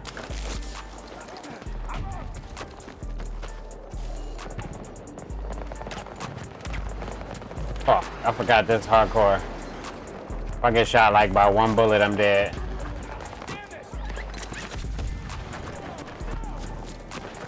I might have to take off auto parachute.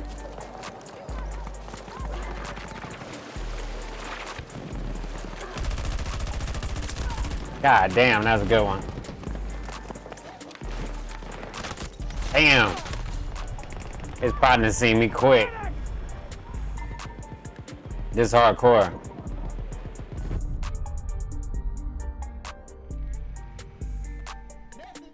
Yeah, this shit a couple rounds. Fuck it.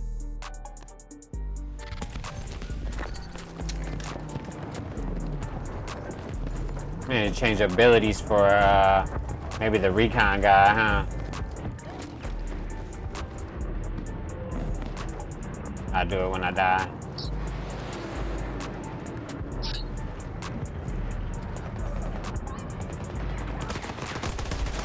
God damn, what the fuck?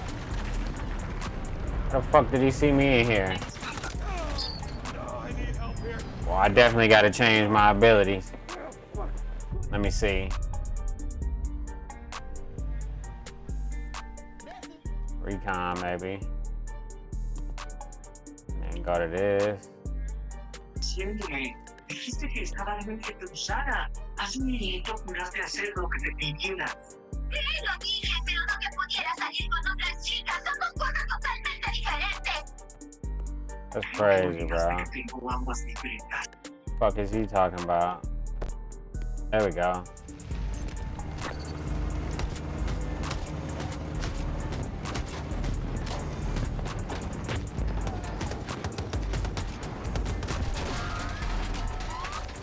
Get the fuck up out of there. Whoa, whoa, it's a drone. What is that? Is that the... That look like the fucking, what's the names? The sentry guns. See what I can do over here. Shit, this is tough. Hardcore? No map?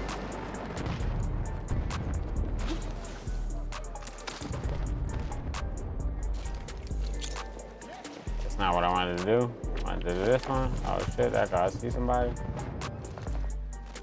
Wow, we lost. I started in the middle of a game. No wonder. Like that was gonna make a difference. That's hardcore Battlefield. That shit tough as hell.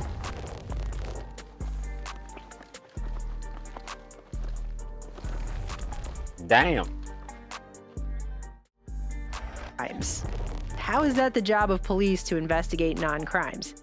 The police told me, when we said, why do you want me to stop tweeting? And let's be fair, the things that I tweeted weren't really terrible. Like one tweet was I compared myself to Sarah Brightman.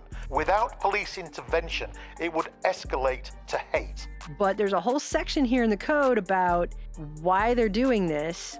And they straight up say this is not something that constitutes a criminal offense, but they are gathering data on everyone. There doesn't need to be an incident. Yeah.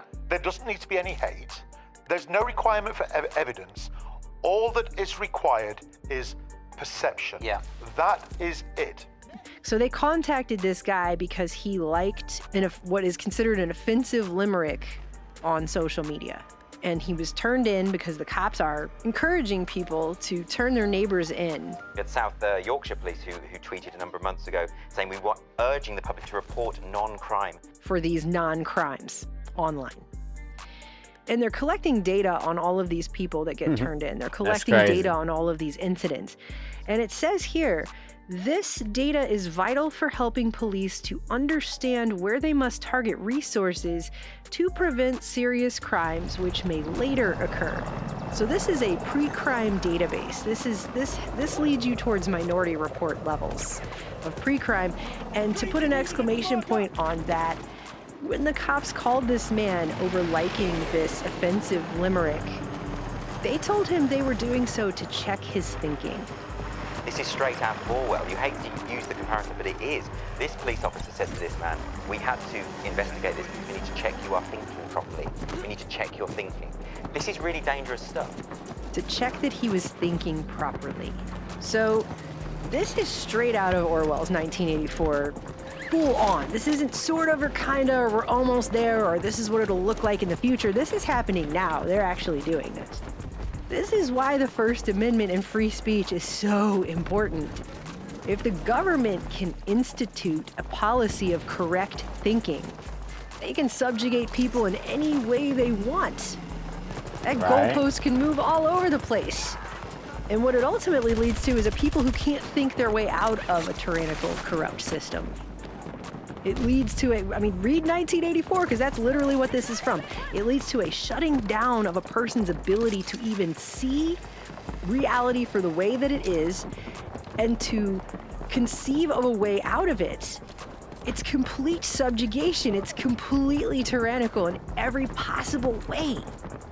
Unbelievable. This is unbelievable that it's 2024 and this is the level things are at. And to prove my point, there are people who live in the UK who are posting on X right now, X, Twitter, whatever, that they do have free speech and they don't know what you're talking about because they have free speech. But what they actually have is Article 10 of the Human Rights Act of 1998. I'm going to read that to you right now just so you could see exactly what I mean they by got. they don't have free speech. It says, everyone has the right to freedom of expression. This shall include freedom to hold opinions and to receive and impart information and ideas without interference by public authority and regardless of frontiers. This article shall not prevent states from requiring the licensing of broadcasting, television, or cinema enterprises. So that's first of all. Secondly, though, it says, the exercise of these freedoms, since it carries with it duties and responsibilities, may be subject to such formalities, conditions, restrictions, or penalties as are prescribed by law and are necessary in a democratic society in the interest of national security, territorial integrity, or public safety, for the prevention of disorder or crime, for the protection of health or morals, for the protection of the reputation or rights of others, for preventing the disclosure of information received in confidence, or for maintaining the authority and impartiality of the judiciary. So it's like those terms and conditions that corporations have people sign. Sure, you have freedom, asterisk, big giant list of ways you don't have it.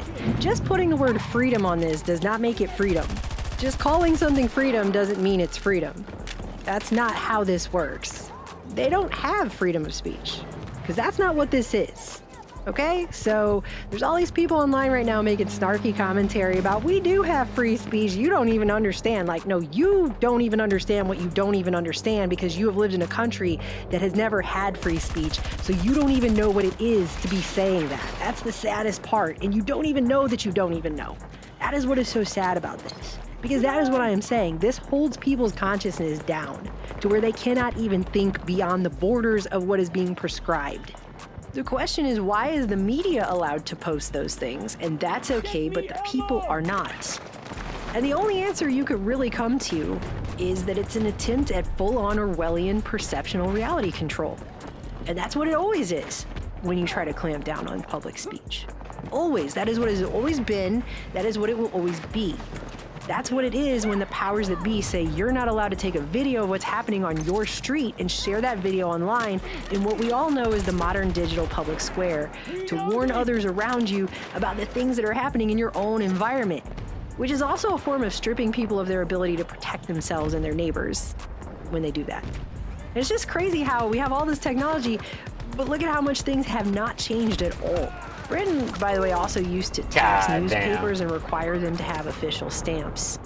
The Stamp Act being one of the principal things that led to the American Revolution when they tried to enforce that in the colonies. But these things were like licenses, basically, from the king. So the only media that could get these things had to be favorable to the government.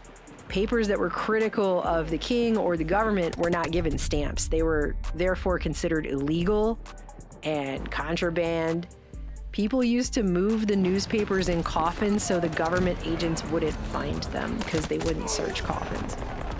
And that continued until 1836 over there. It just feels like not a lot has changed on that score either in the digital era. With the algorithmic burying of independent and citizen journalism, and now they're threatening people with arrest just for reposting a video of a riot or a protest or whatever they want to call it that they've seen online. we've gone backwards in time, or time is collapsing. It's like it might as well not have passed at all, despite all the technology we have. Oh, and on top of that, the British government's also using antisocial behavior laws, which we don't even have here in America, to disperse protests. Breaking news now on these planned protests. Lincolnshire Police say a dispersal order has been put in place for the Carlton Boulevard area in Lincoln until midday tomorrow. That's a Section 34 order covering a 500-metre radius from the Carlton Boulevard.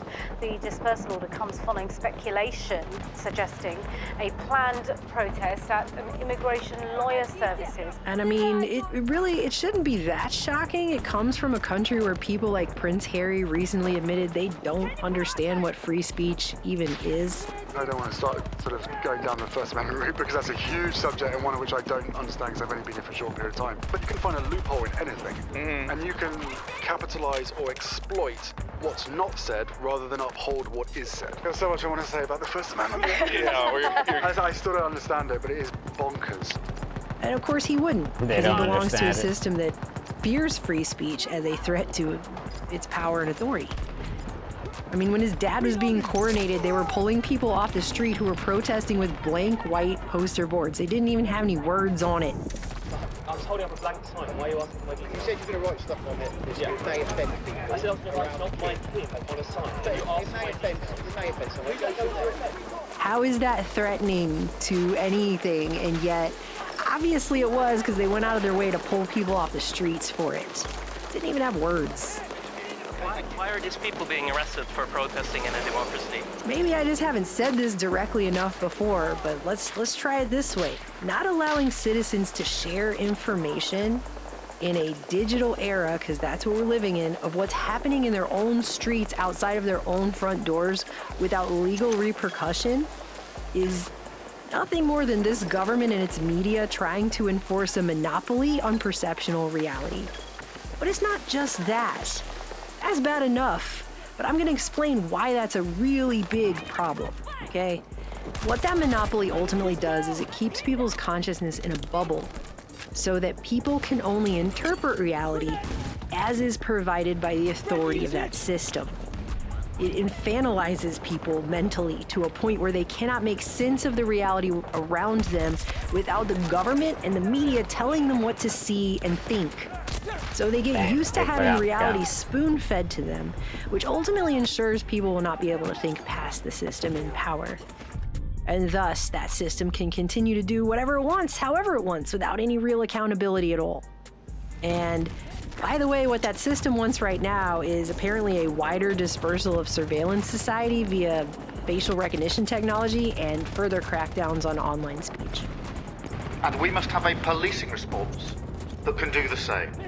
Shared intelligence, wider deployment of facial recognition technology, and preventative action, criminal behavior orders to restrict their movements before they could even board a train.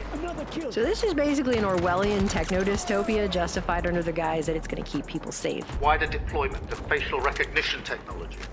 That's that same ridiculous logic that we have been fighting for hundreds of years.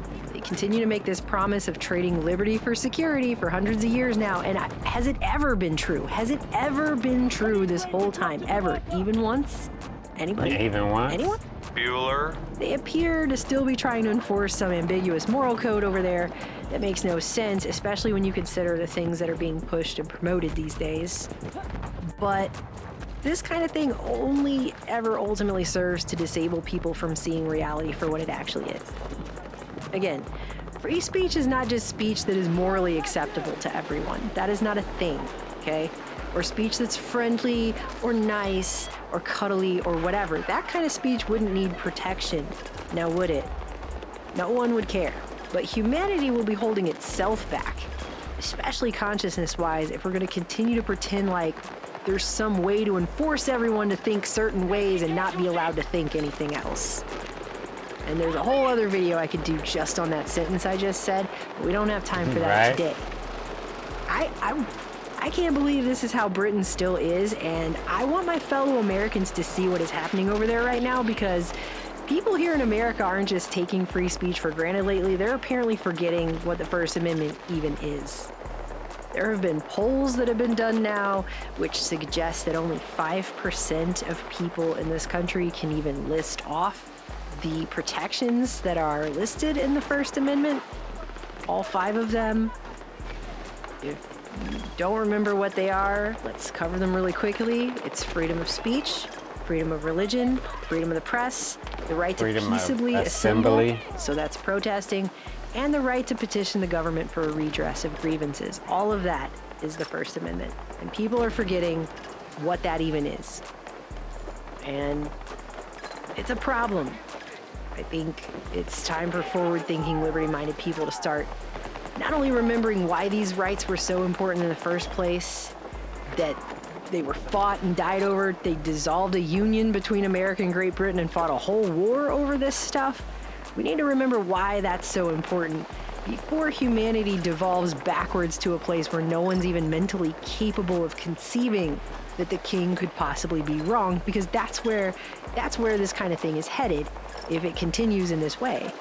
Without these rights, which are absolutely our rights here in America, are absolutely rooted in the long history of English civil liberty going all the way back to Magna Carta, we will be trapped in a power structure where we will not even have the ability to think our way out of it or past it, no matter how tyrannical it gets.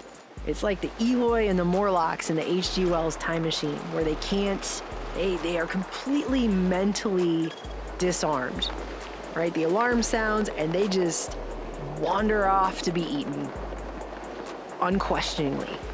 They can't think outside of that system. They're like infantilized children who just walk to their own doom because their consciousness has been held down. They can't even conceive of a reality where the balance of power in that environment is equal because they don't even understand those concepts, right? So be just like that, basically, except with the added efficiency of computer algorithms. I didn't know how long I can fly that thing around. We went around downtown Austin and we put up these posters that we made, just reminding people what the First Amendment says. And I can add a link in a pinned comment below if you guys want to do that too. Can I come be nosy? Sure. Ooh, okay, amazing. We're trying to remind people that, We'll keep it alive, yeah. Yeah, no, that's delightful. But we have to start really understanding why these rights were so important. Because whatever this augmented digital overlay future is we're heading into, humanity will be going backwards and devolving if we don't bring some of these important concepts forward, like rights that were long fought for. Man, that shit kills you in hardcore. Long and painful history of tyranny to get even to the point. And history is being rewritten right now because they want you to think that the entire history is all just racism and slavery and colonialism, and they just want to throw the baby out with the bathwater, as if we would even be here having any of these conversations right now on this level of consciousness without having had those rights and gone through those situations and had all those things respected and moved to this point. We wouldn't be here right now having this conversation without that. Without documents like the American Bill of Rights, which was absolutely built upon a long tradition of British liberty concepts and fighting back against tyranny and things that were going on at the time, especially in the lead up to the American Revolution. And so we wouldn't even be able to think at the levels of consciousness we have now without those rights having been hardcore ain't no hardcore is hardcore. I ain't gonna lie. Let me go walk. Hold on. I'll be right back.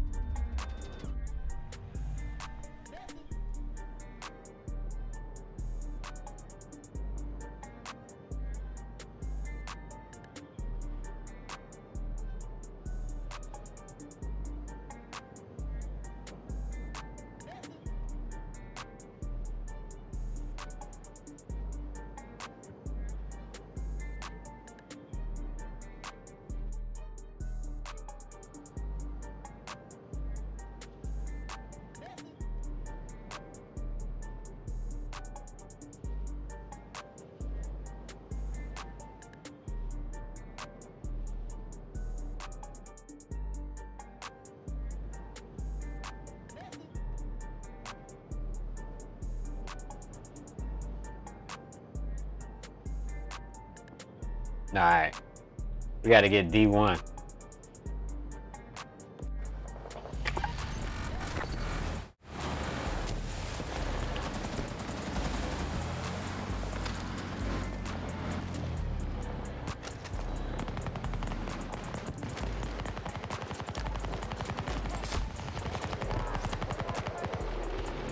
I need a ranger. Drop to the marker.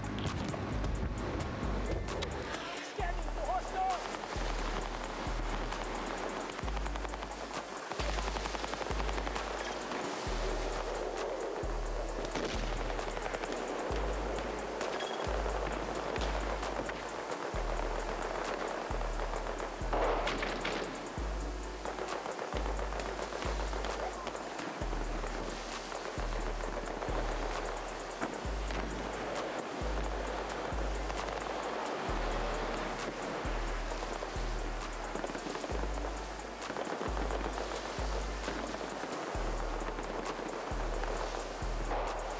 We'll just stay at D.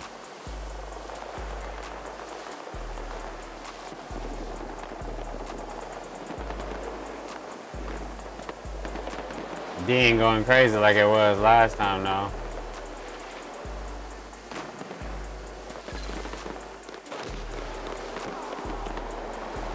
How you cancel this motherfucker, though, once you launch this bitch? My dog's shooting somebody.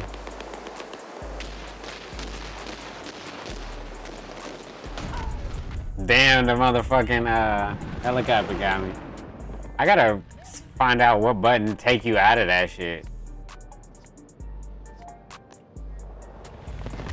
I'm about to say we about to get cooked anyway. The game over. Damn. I'm just chilling, trying to get my reward real quick. Know what I'm saying?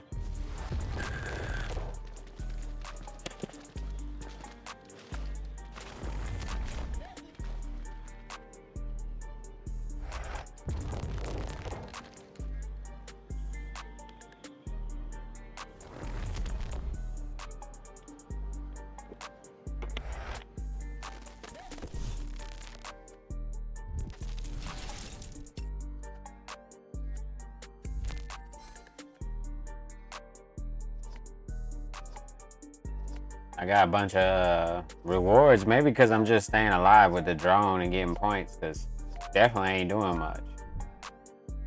I ain't trying to run around and get shot every time I come around a corner and shit, just because, you know. Like I said, this shit hardcore, so you get hit with, like, I think half the amount of bullets and you dead.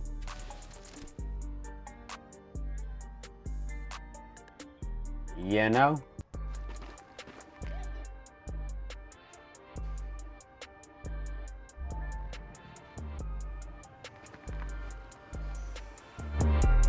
Looks like we're ready to rumble.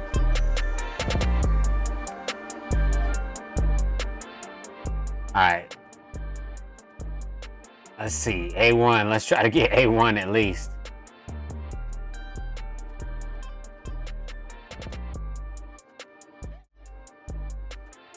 A1. Like the sauce.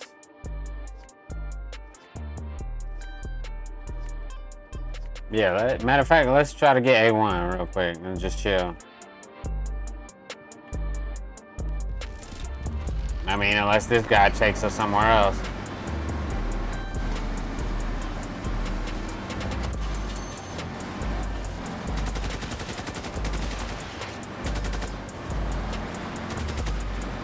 I don't know where we going. This motherfucker just driving. Oh, I'm hopping on this nigga. Holy shit. Ain't nowhere near A1. This what happen when you ride with the homies. Now I'm fucking stuck. C1, fuck it.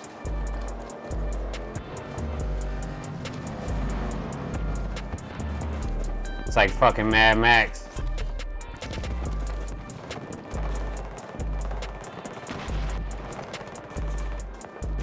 Fuck.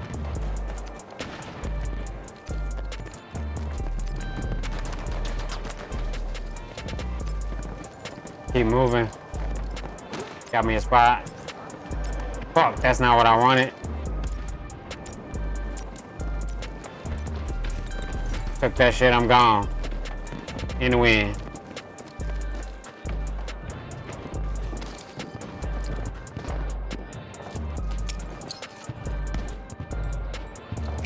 For a second. Just, we're gonna chill.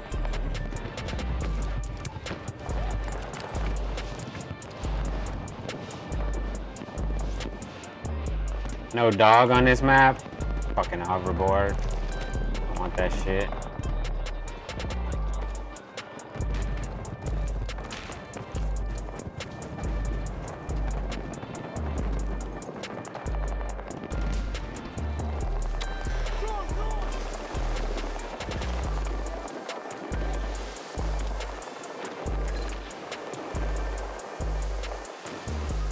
I don't know how to get out of the fucking thing.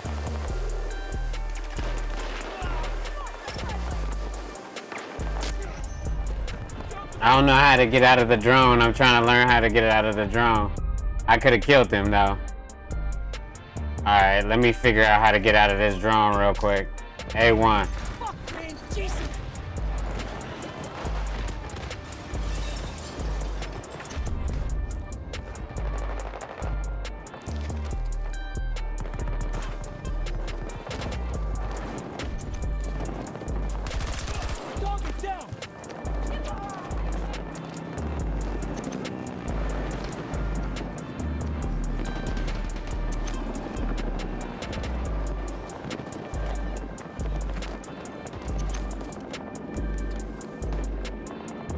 It must be on this side. Yeah. Fuck.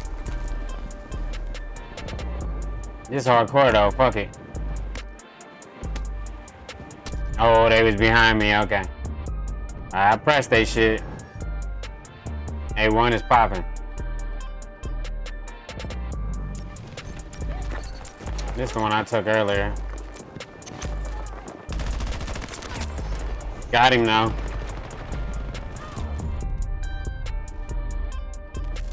My bad, hold on. Let me lock in, hold on. Let me find that drone. Let me find the ability with the drone.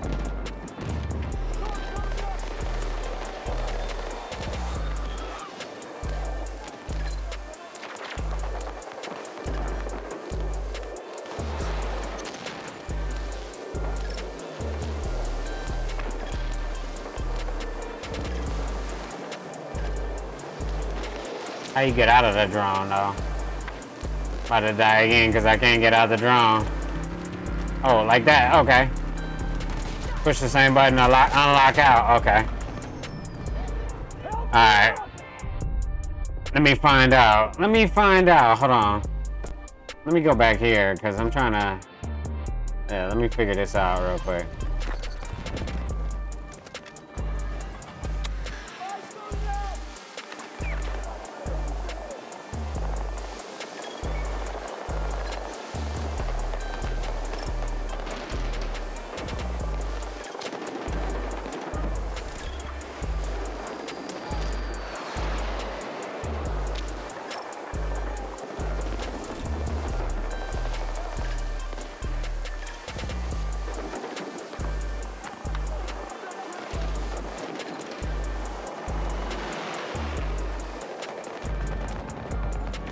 Okay, so I can't just come out of it like that, alright. I'm about to be fucking with it now.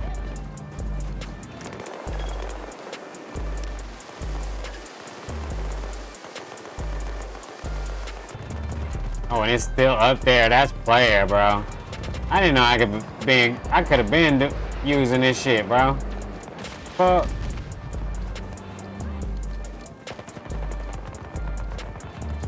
This how you supposed to play this shit, bro. The fuck, man. Oh, I turned my gun on the single shot. Alright, I gotta turn that shit back off because I've been just pressing buttons and shit. Hold on. Let me get back over here real quick. Alright, nah, that's fine. Single shot, my bad. There we go. I could have killed the motherfuckers. Hold on. The door is broken. Alright, whatever. Alright. Let's do it again. Hold on. Nah, fuck it. We already got one.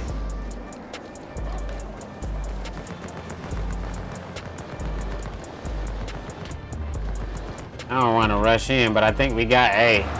I'm trying to get these points before they take it all by themselves. Whoa, whoa. What the fuck?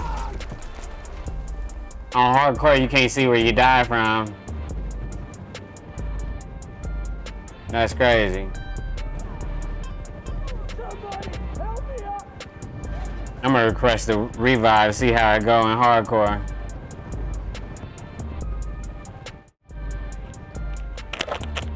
I'm starting to figure it out. I like hardcore actually.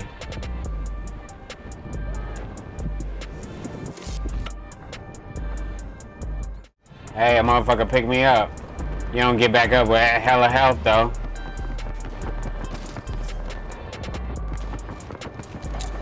And you don't regain your health either, so.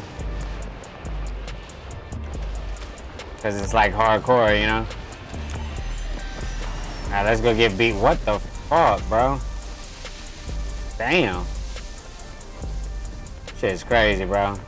Call of Duty could never. Wow. I don't even know what the hell is going on. Oh shit. I think I seen a nigga. What the fuck? Or was he just flying? This game looks crazy, bro. Oh. Bitch. Bitch.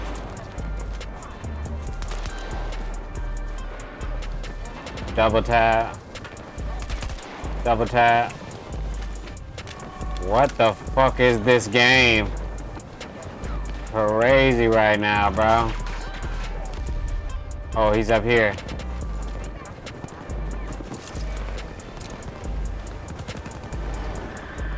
Fucking guarantee he's up here. Yeah, I knew it. Let's go. Oh, fuck. I stood up. I need to fucking lay down. Do I hit that? Yeah, okay.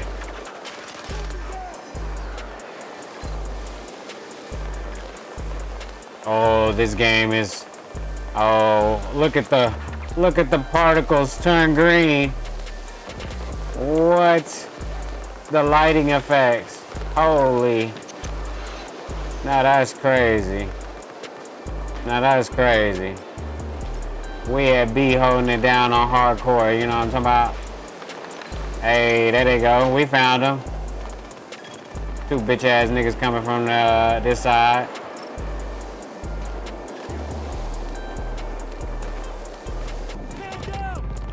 Where the fuck is they? Over here. Whoa! I tried to come out like Rambo. I ain't realized them niggas knew exactly where I was. God damn. Hey, I like this hardcore Battlefield. This shit, you make a mistake, it's a wrap. They done took B now because of that. Damn. I was over there too. Hold on, we going back. I forgot, it don't matter. If I got a pistol in my hand, I can still run fast. Fuck. I need to go down this way. I already seen that nigga finna shoot me. Fuck. Fuck. Fuck, I'm stuck like I'm up. Uh-huh. Uh-huh, bitch. Yeah, this hardcore, bitch. Uh-huh. Oh, yeah. Uh-huh, you too, bitch. Both you hoes, nigga. This shit hardcore, homie. Yeah. Double chapped your shit. Hold on, nigga. I can't get no dog on this map or nothing. Fuck. Whatever. Oh. Hey, I like hardcore though. I think I should be playing this more often, low key. Let's go. Let's get to B. Damn, we see we got a tank over there. Oh. That thing right here.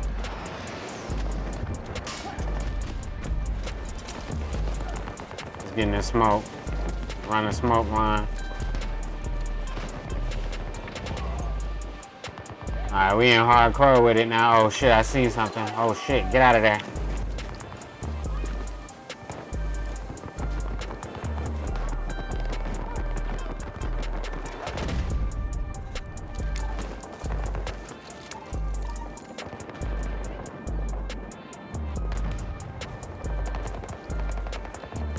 Fuck is he at? Thought I saw somebody over here. He must have got out of here. Ooh. I don't know if that shot was for me, but I heard something. Alright, we're going back in. I think I want B. Yeah, I want B. I see somebody. Oh! I saw him, then locked on the other guy, lost track of the first guy I saw. Damn, that's definitely not what you're supposed to do. I'm gonna call for help, so they at least know I'm over here at B trying to get this shit popping. Actually, this shit low-key fun. Let's change it up a little bit. Damn. I'm glad I was prepared. Cause low-key, I was like, man, what am I finna do tonight? Motherfuckers call me at 11 o'clock, want me to go somewhere with them and shit, man, I ain't.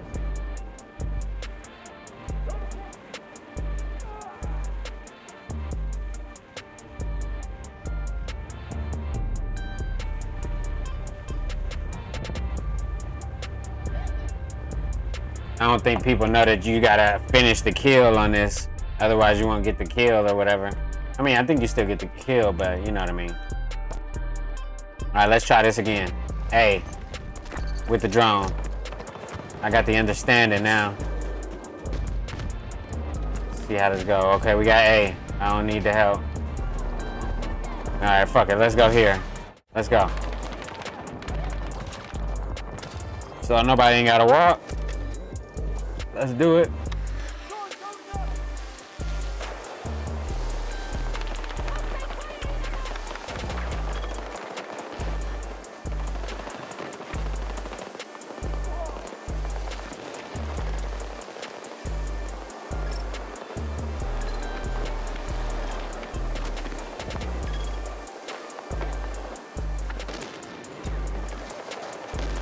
Damn, he getting this shit fucked up.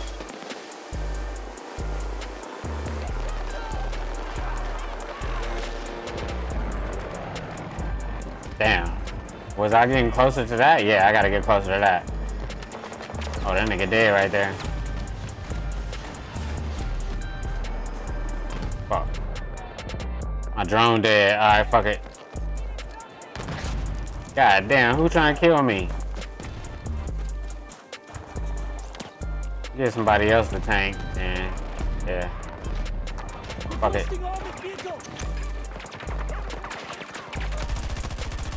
God damn, somebody see me. Oh, at least I got that kill before I died, though. I think I got my tank over here too now. Damn, they took my tank or something probably. All right, what's the closest one? Whoa, hardcore ain't no bitch, bro. God damn. Get the fuck up out of here.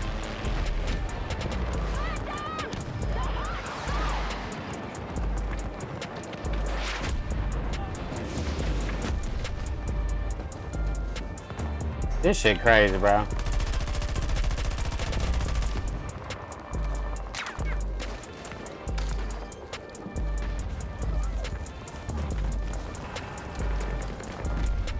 Trying to get the fuck away from over here. I think I want to go to E1. See what that shit do real quick.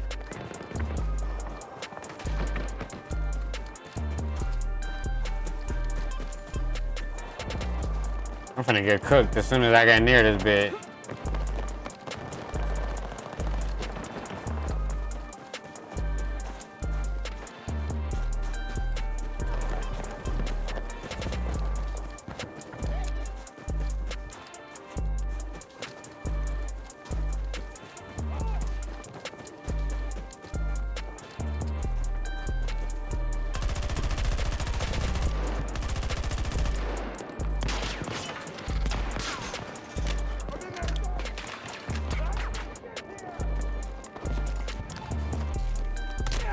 Damn.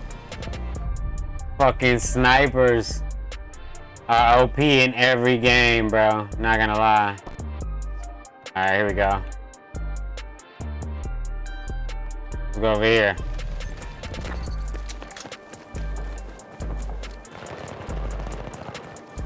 I don't want no vehicles.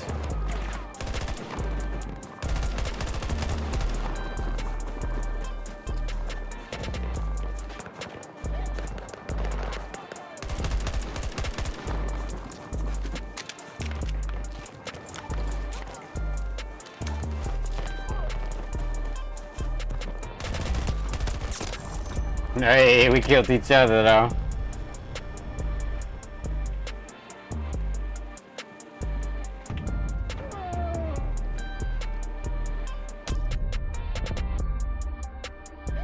Damn, they finished my shit.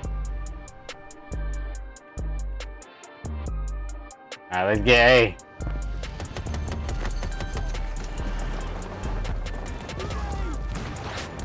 Battlefield is still good, bro.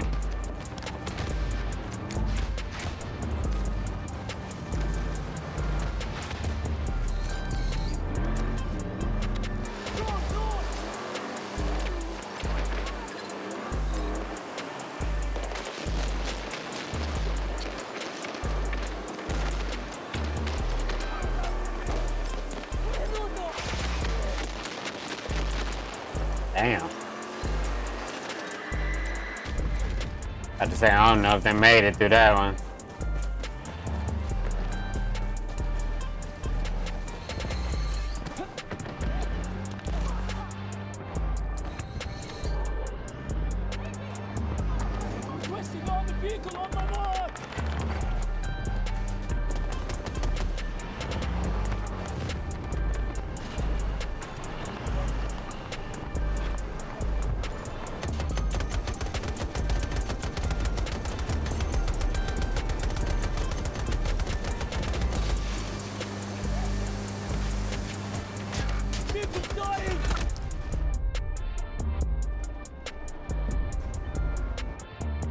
That's crazy.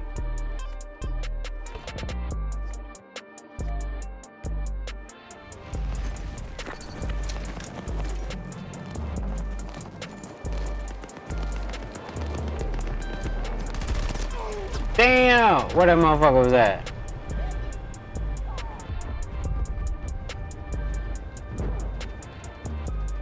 Oh, he right there where I was at the beginning. That's crazy. They stole my spot.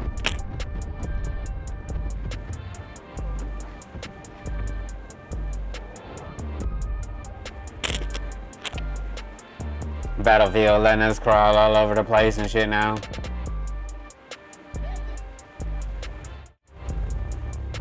That's crazy.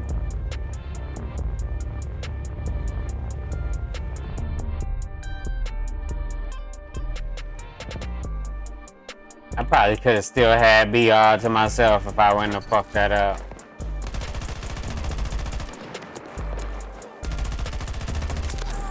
There we go. Damn, the door was unlocked. Let's go. Fuck. Let's go. We here. We made it.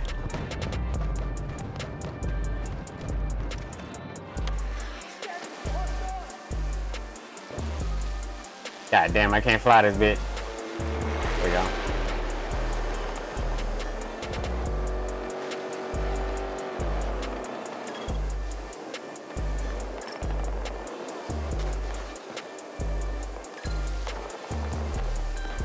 It's mine. It's back being mine. I could just watch my C right here.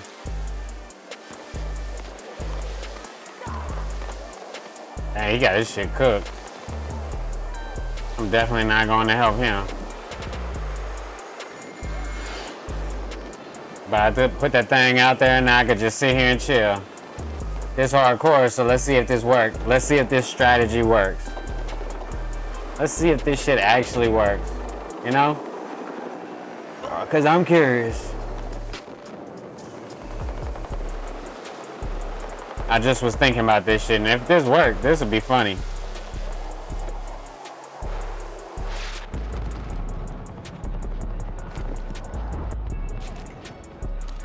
Cause this just captured the flag. If I could just keep this shit myself, then that's a strategy right there. You dig? But give me a second though. This shit funny. Battlefield Hardcore.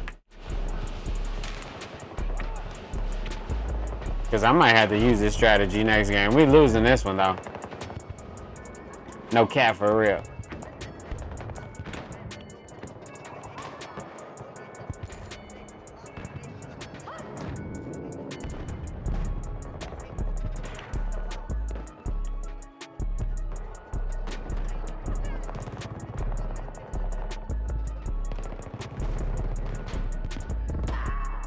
Taking casualties.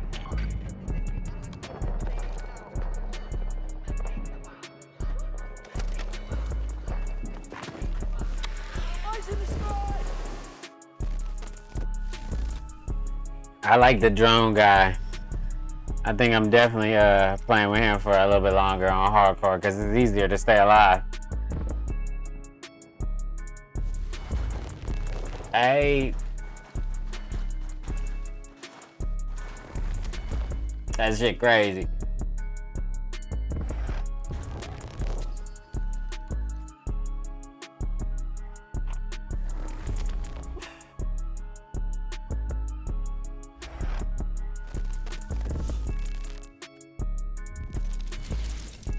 I'm trying to figure out a way to get some points, you know what I'm saying?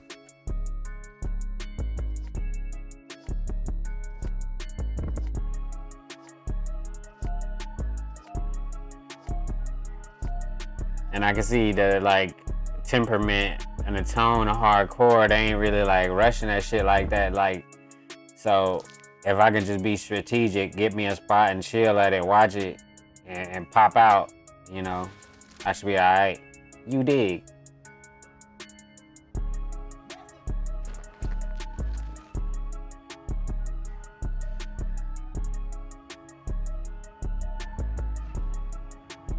Played smart. No I mistakes. thought the nigga suit's supposed to show me some shit too though, like, but like, I don't see it right now. Yeah, I guess it's supposed to show me cyber warfare suit. It's supposed to show me some shit. But whatever, I don't see it. I using the drone.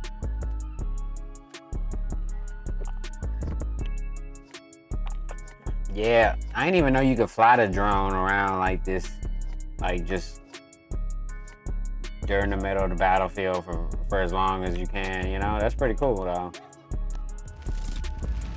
Ah, everybody gone already. Fuck. I already done fucked up. Fucking jets pulling up. That's so cool, bro. Battlefield at its finest, you know what I'm saying?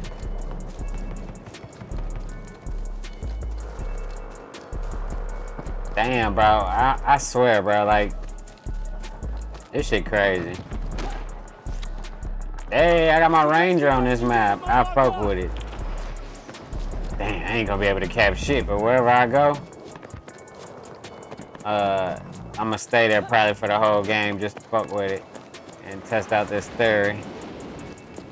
But yeah, most times I don't play hardcore, so this just I'm trying to figure out a way to like play hardcore and have fun, because it's a different tempo, you know what I mean? So you might play a little differently because you'll die quicker, so you gotta, I'm still trying to get some points too. Damn, this shit look cool as hell. Hey, how'd I cut that bitch? Yeah, I think I did there. Can I cut it? Yeah, okay, I cut it with B. He like, bro, don't just pop up on me like that.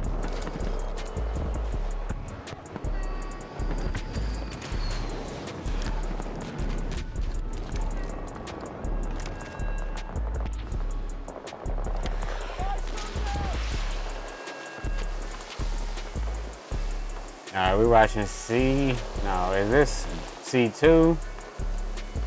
Yeah, that's C2. We got C1. We're just gonna stay at C2 and C1 the whole game and test this experiment out, you know, for the most part. But I'm gonna take my drone. Oh, my connection. Okay. Alright, I got you. Let's go.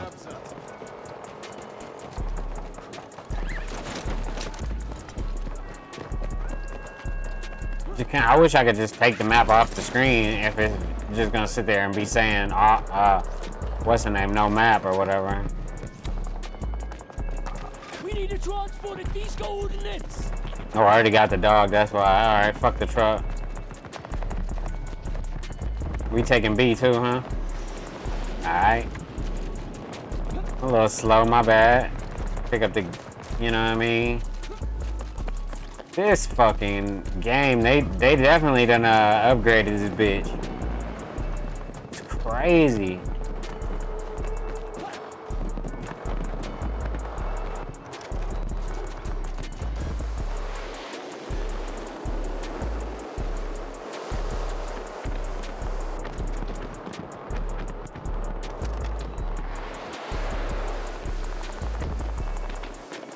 That's me.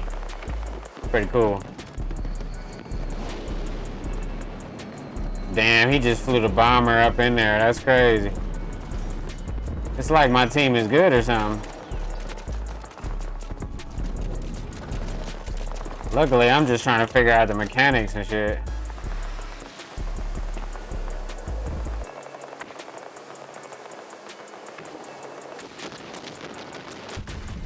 Damn, bro, what the fuck? God damn, bro. I can't even, like, you know what I'm saying? Look at my drone and shit and chill. Motherfuckers trying to blow the whole building up. I think my team winning this game. I can't even look at the map with the what's the name either. Oh yeah, bitch.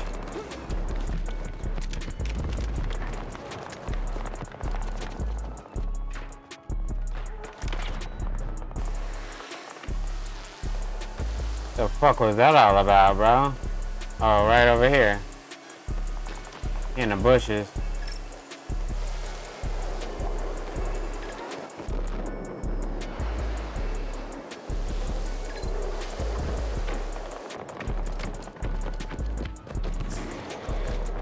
Fucking hardcore with a drone, bro. Is that cheating?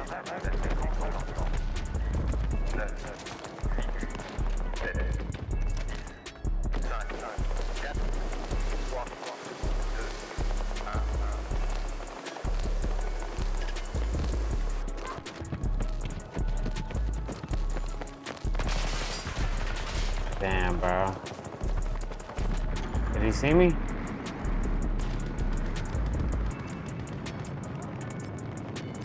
Fucking bitch. Did he see me? Fucking dead, bro. Fucking dead, homie. I need to reload. Oh yeah, this is working perfect. The drone in hardcore is working perfect, bro.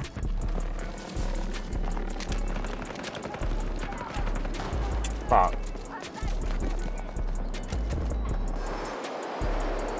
I'm glad I didn't do that. Alright. There's a fucking medic over here. Yeah, I got you. The drone in fucking hardcore is a cheat code. I'm sorry if y'all haven't noticed what I'm over here doing, or... Oh, there he goes.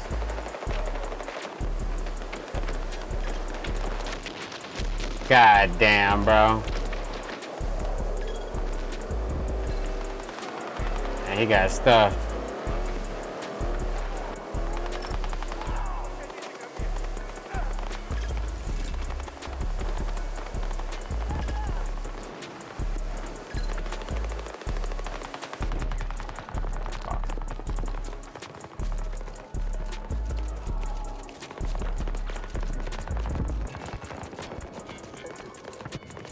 The drone in hardcore is pretty. Oh shit, that's a fucking sniper.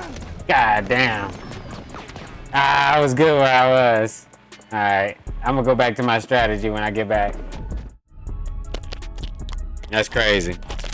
Motherfucker cut my throat.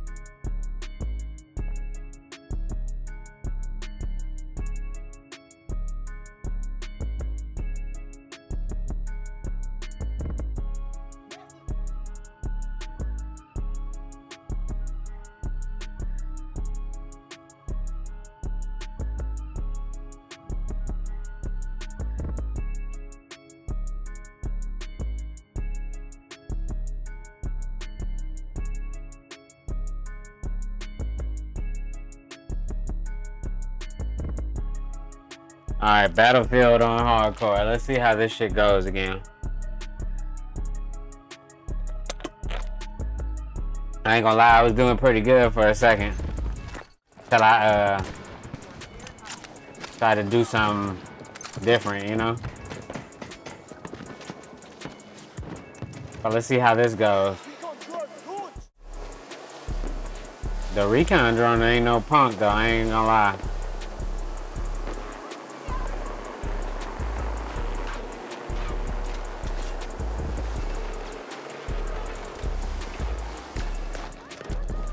Should have been a drone fighter pilot, nigga. Oh shit. Where the fuck was that dude from?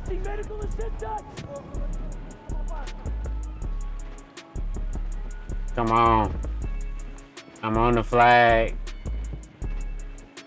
Bro, somebody can get me. Come on, bro.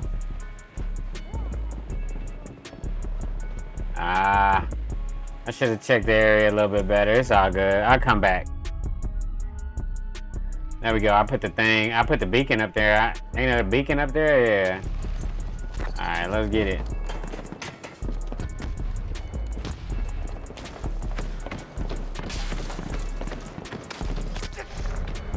Oh, I put a beacon up here just for a sniper to kill me, bro. Damn, that sniper eating. Damn, I love it. Hardcore is fucking crazy. But we getting this win though, I think. Alright, let me get back to what I was doing with the fucking drone on hardcore. Am I getting shot here? Oh god. Got my fucking computer out and shit. Fine, jeez. Let's go. He said, using my drone.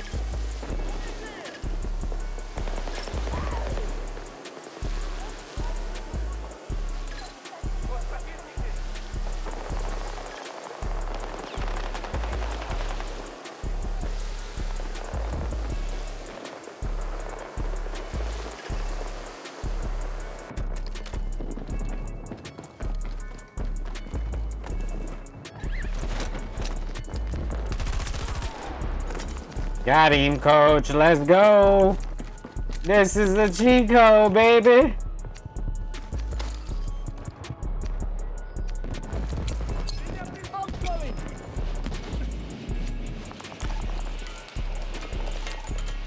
Bro, this is crazy. I just spotted him on the motherfucking drone and took his shit. You know what I'm saying? And I can pick my motherfucking shit back up, bro. Shit crazy, bro. I need to find a way back up to the top, though. After I cap this hoe. I'm gonna jump down in case somebody starts shooting me. Oh, a nigga dead over here. Bitch. Yeah, bitch. Yeah, bitch. Yeah, bitch. This mine, homie. Stop playing, homie. Yeah. Yeah. Hey. Oh, I thought I saw something. My bad. Yeah. Yeah. Man, hey. Come on, bro. Come on, bro. What's up? Alright, whatever. I'm going to drone. Fuck y'all then.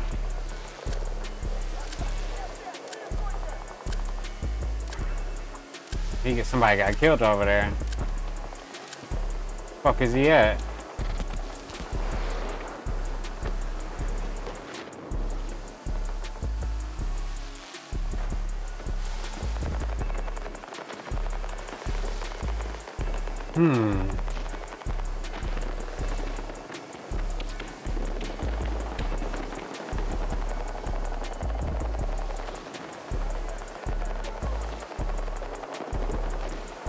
That's crazy. They out there killing each other like a motherfucker. I'm just sitting in here holding this motherfucker A2. Flying my little bird.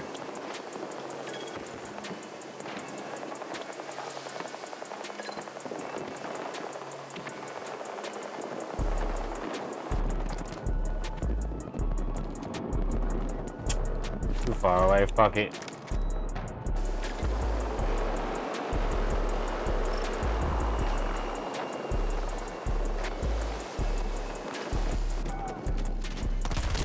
Damn.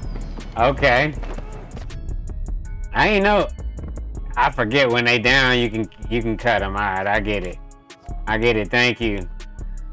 A2 is getting taken. Let's go. Of course, I get killed by the blades, bro. I'm just trying to fucking get out of the helicopter. Fucking 2K. All right, here we go. Let's get A2 back. Did he know we had a thing over here or what? Where is he at? Where is he at? Can he cap it? Can he cap it with us here? No, he can't. Let's relax.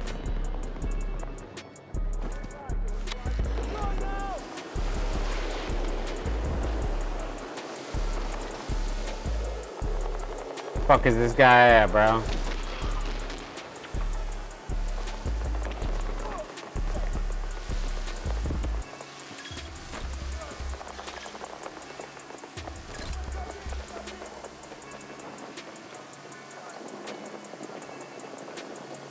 Where the fuck did he go always? Let's say, is he on me?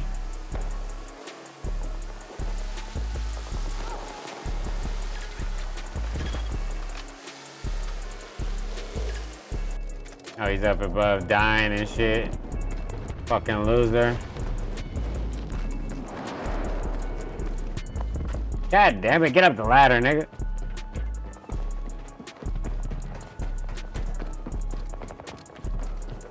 Yeah. That's me, boys. Look at that. That's fucking cool as hell.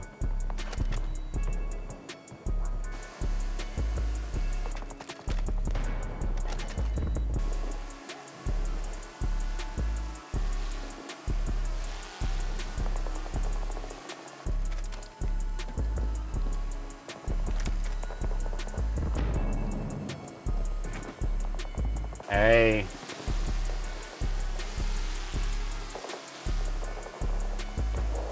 That's crazy. Dude got all the way to A2 just to get cooked. Here's my base.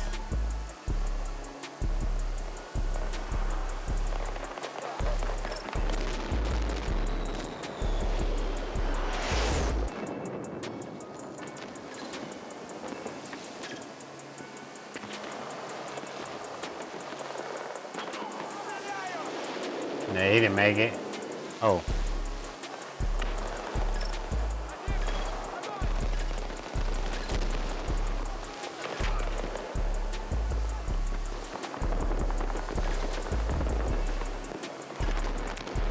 Damn, Good job going in the tunnel, boys. But you ain't getting A2 from me. The fuck are they doing to each other? Oh, he's glitching. Alright, let me glitch. I wanna glitch too, what? Are they over here? They over here. Fuck. Got that glitching and shit without me? What it look like?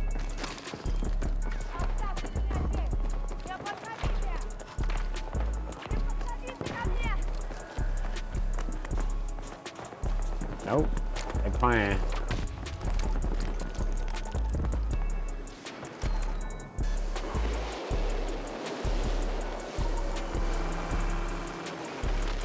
Oh shit.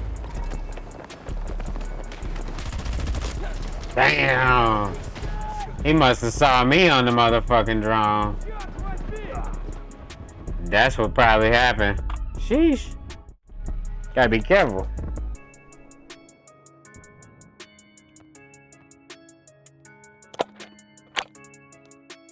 Alright, let's take our talents to A2.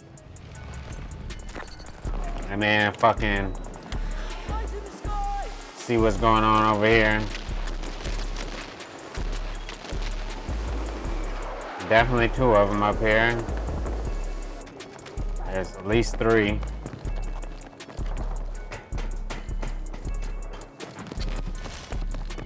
Let's go. Damn. Got you.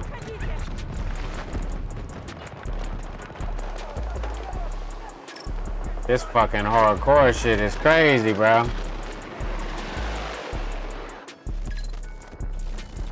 Oh, I was finna get him too.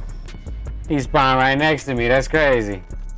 But he ain't spawned, he parachute. It makes more sense too, right? Alright, nevertheless. I was having fun, my bad. Piss it all away and act like we can rewrite history and it doesn't matter. The only liberty people will have in the future will be through those rights, and that goes for everybody across the board. So this isn't about race or identity politics or fighting all over whatever this twinkly shiny things are of the day that they're trying to get everyone distracted with right now. This affects everybody. That's the new revolution, and we're gonna have to declare these rights again and again and again. And when we get lazy about them, that's when all the tyranny sets in. We got to do this whole loop all over again. If this was 250 years ago right now and it was 1774 and not 2024, I'd probably be writing this to you under a pseudonym in a newspaper instead of making a YouTube video about it. Right, basically the same thing. We're right back here again. And the tech is different, and the main story is a little bit different. It's corrupt governments with corporate partnerships now, and the town square has largely gone digital. But the tyrannies that we will have to overcome moving forward are principally the same. And it's time for people to recognize what is happening. Free speech is our First Amendment, because underlying all the tenets it outlines, and let's say it again, freedom of speech, religion, press, the right to peaceably assemble and protest, and the right to petition the government for redress of grievances, is the right to see reality for what it is and not be blinded into obedience to what the power structure wants to make you see in order to maintain what you think it is, power, right? especially if that power structure becomes authoritarian and corrupt and tyrannical. Without the First Amendment, you can't even get to a place where you can conceive of the other amendments and why those amendments are important without the first one.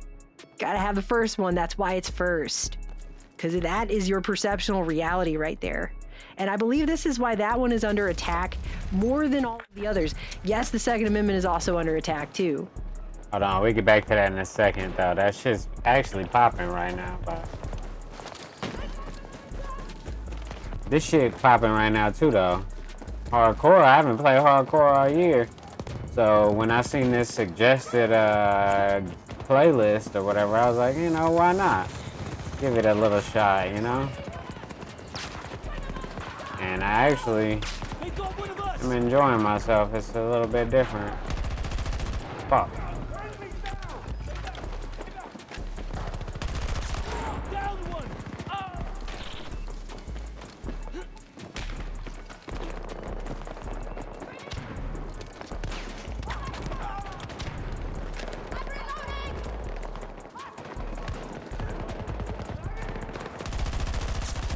Mm-hmm. Got you. Got you.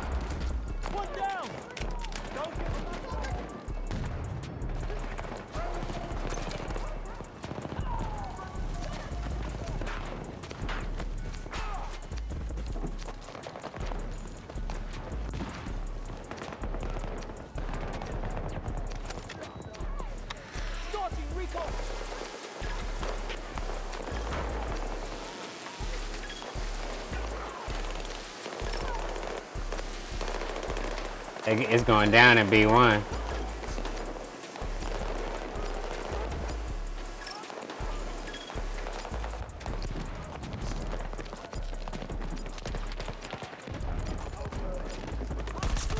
Another kill. Fuck.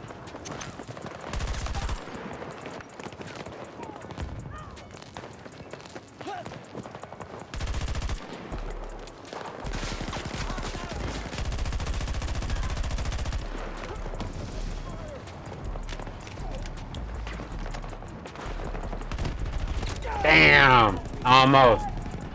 They push like crazy though. Move was there though. Damn, the motherfucking medic couldn't get us quick enough. That's a good little battle real quick. Let's check this one.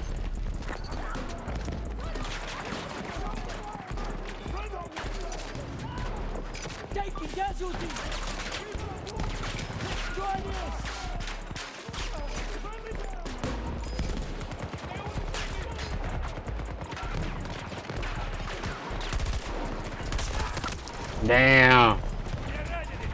I pushed. Getting hella points though. Let's go back to C1. Glad I picked the right side to run to. About to be crazy. Extra little, you know what I'm saying, over here.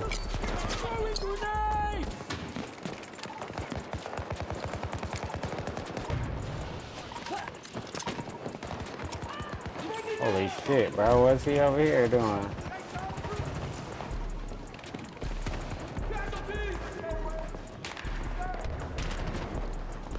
Alright, we good.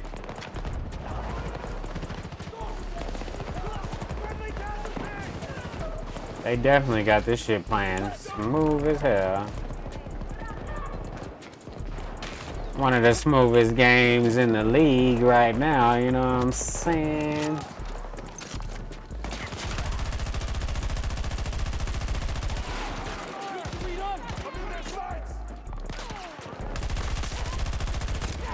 God damn, that must he swooped around the back. That's what happened. I was about to say, or that was a sniper, but I doubt it. Yeah, nah, he ran the back. Damn, I was feeling like I was finna push real quick too. Yeah, that nigga said, pop, pop. Hey, you could punch him too. I think they just need to make people play hardcore Battlefield, really.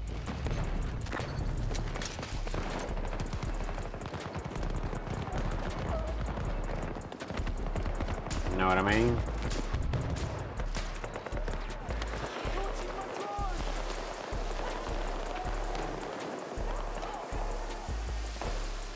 We got all these, huh?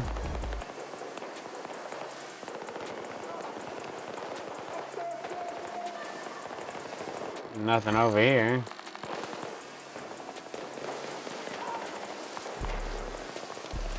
The fuck? Oh, right here.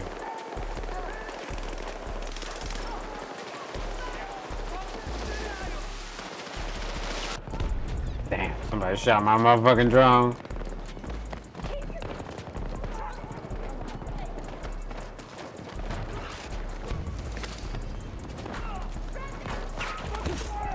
Yeah, I got your jewelry, nigga.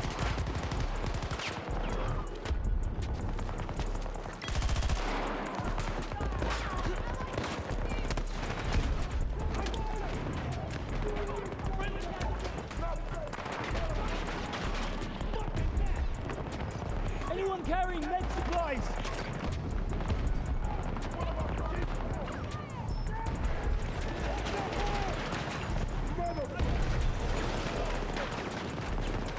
That shit going crazy out there.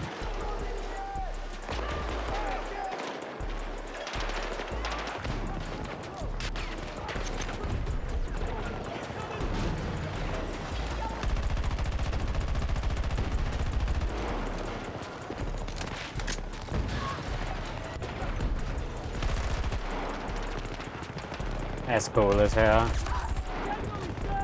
Battlefield is cool as hell, bro.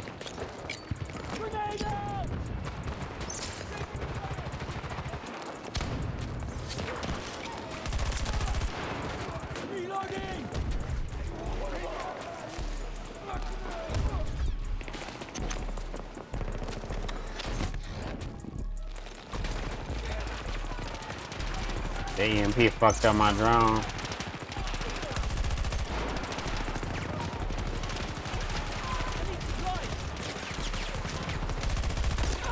Damn! Seen that motherfucker too.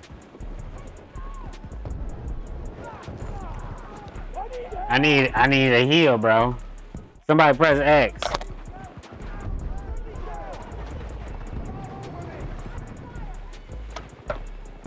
I think in hardcore, the only person that can heal me is a medic, though.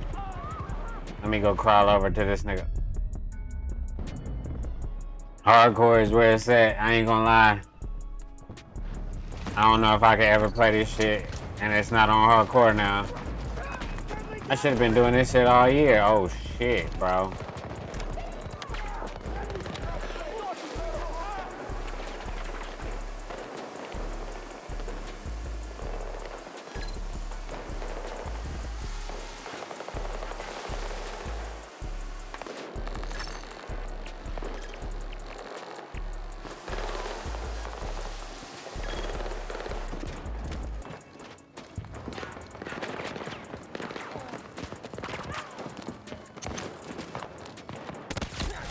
Oh, I slid right in front of that nigga, bro.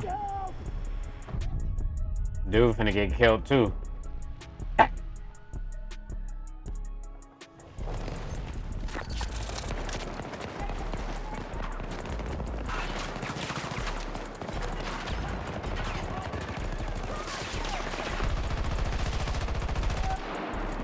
Have to reload. That's why I've been doing it like that. I've been fucking holding B instead of just tapping it and you can slide. I didn't even know it. Crazy.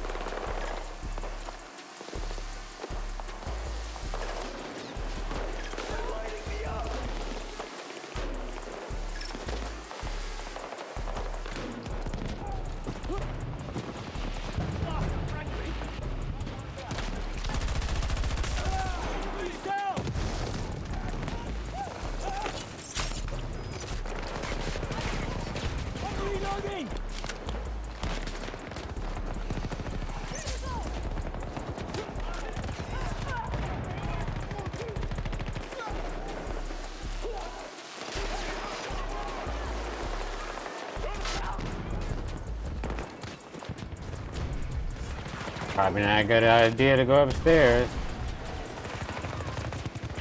At least the traditional way.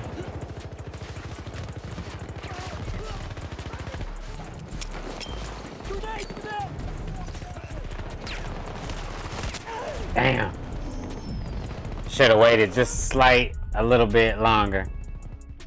I like how you can get more jewelry because it's on hardcore. That's crazy.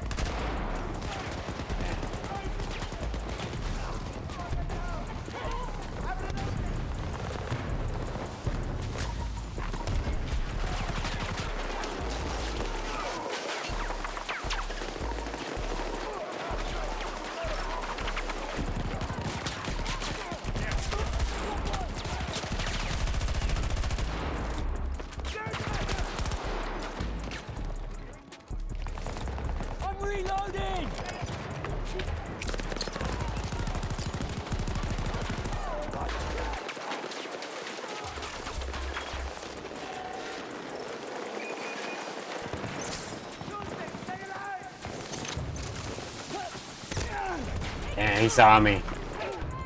I was finna cook his shit though. Definitely having a good time though.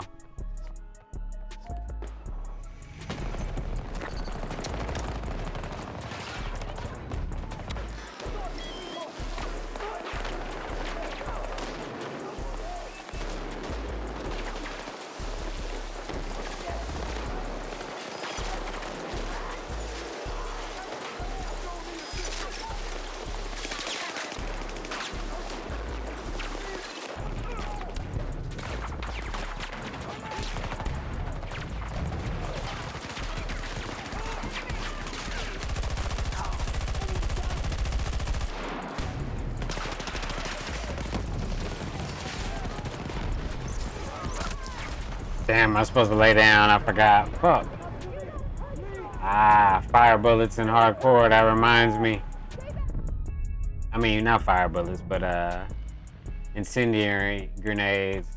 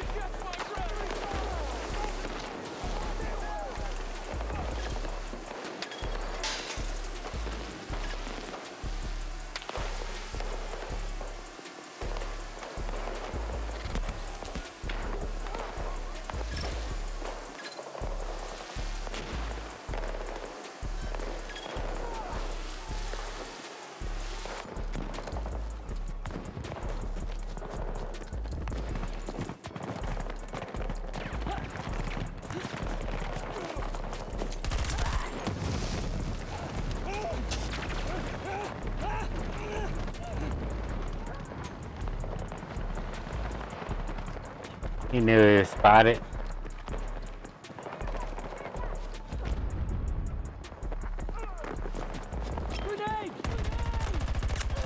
Got your ass too, trying to be slick. That's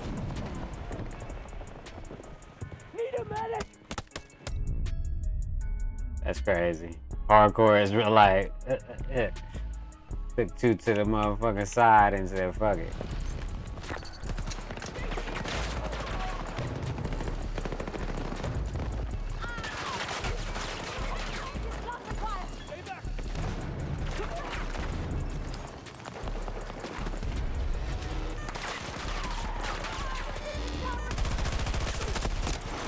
Damn, headshot. There go a motherfucking medic. Oh, he down. I don't know, man. I don't know, man. I like it though. It's just my this ain't the best build for this game mode, that's all.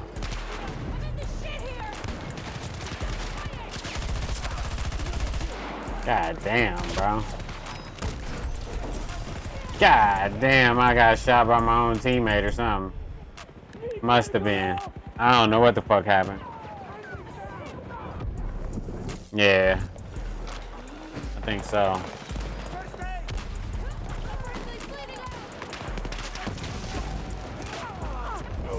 Holy shit, that fire go crazy on hardcore. If you anywhere near some fire, you about to burn up.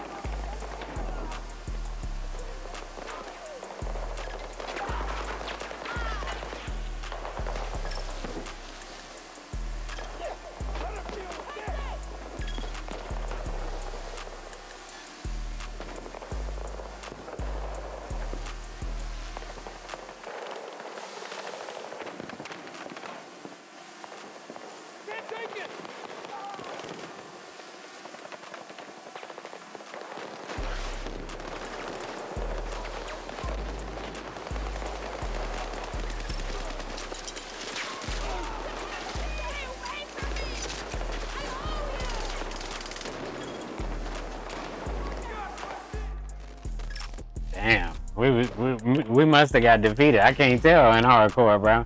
It's just a fun game, regardless. But give me like a couple minutes. You know what I'm saying? Ah.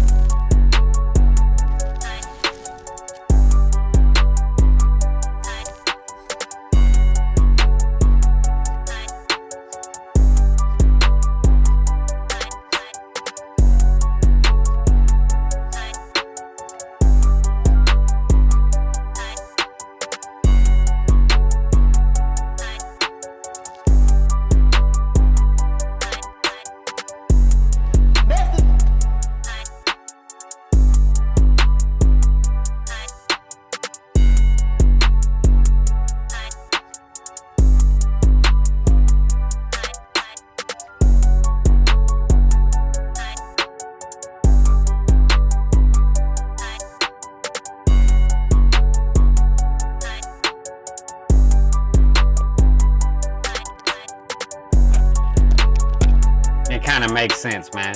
They'll let me fly the drone for as long as I want, because niggas be flying in them jets for as long as they want. And you know, if you good at flying a jet, they'll let you fly the jet the whole game type shit too. So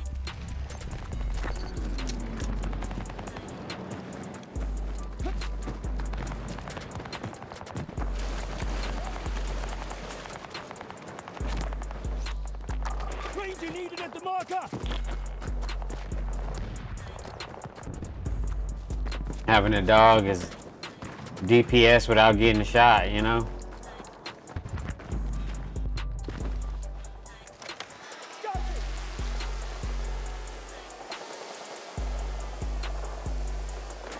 think we're going to C1 next. Let's go. Everybody already at C1.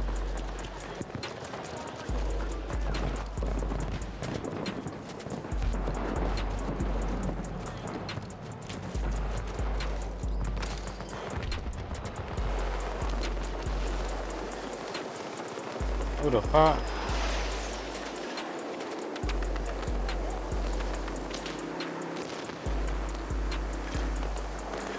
Damn, two of them.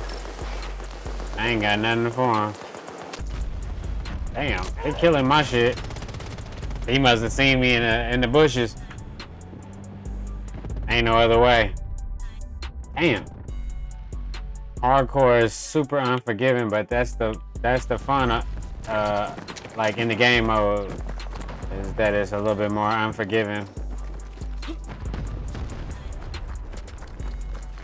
Still fun. Like I said, I ain't mad if I die though.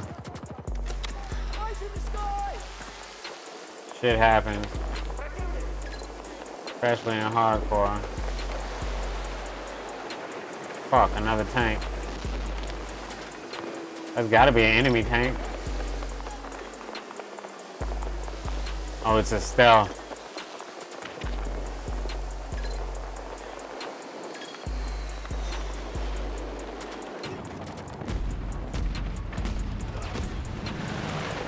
Yeah, about to say, that nigga about to die fucking around coming around this wall.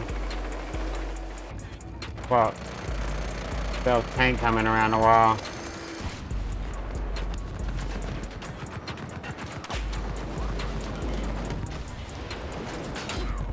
Damn, let me get up in here.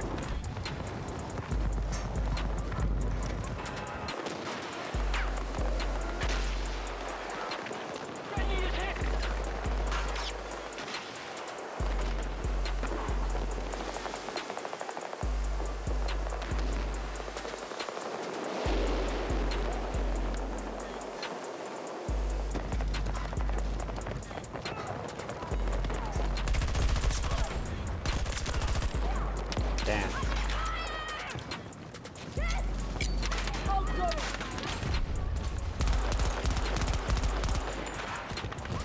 Shit. Let me get the fucking through the fence. Oh. Fuck it. Holy.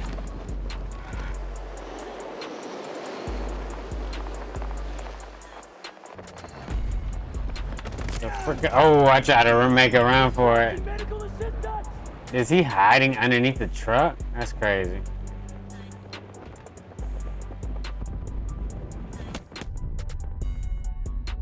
Real shit.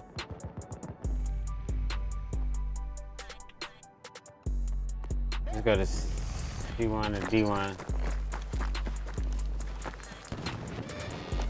Fuck. Sniper pointing his gun at me too.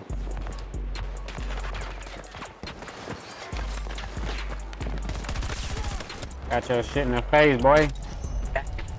He had backup or something. Nah, he just got a marksman over there. That's all. Hopefully somebody's planning on coming to C1 that can save my life. We'll see.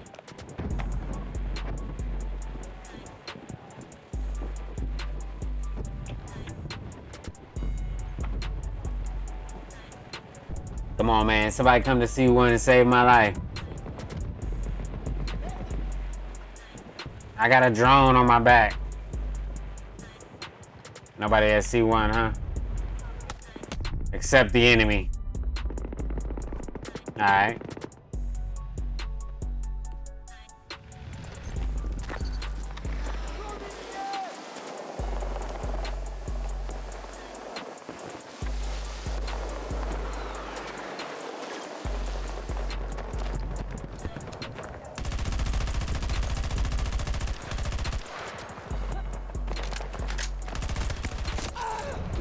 We got each other.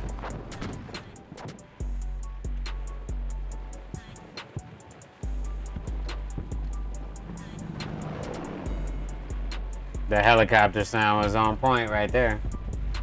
No cap. Thank you. We got C1, fucking everything now.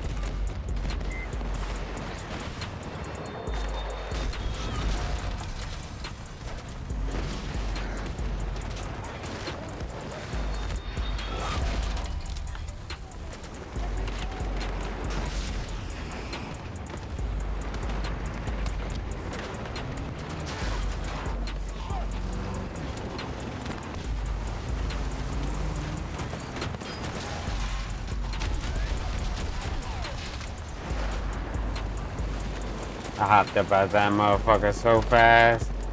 Got me fucked up.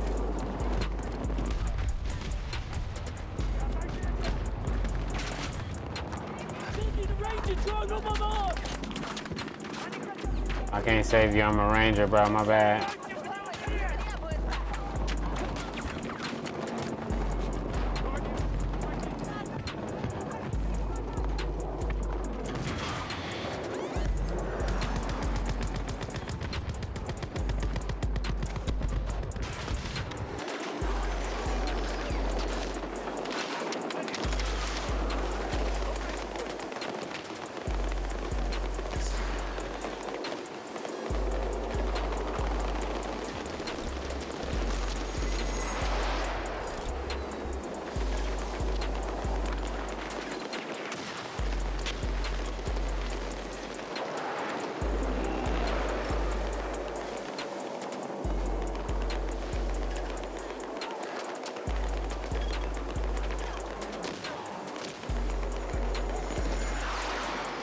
How far away can I spot him?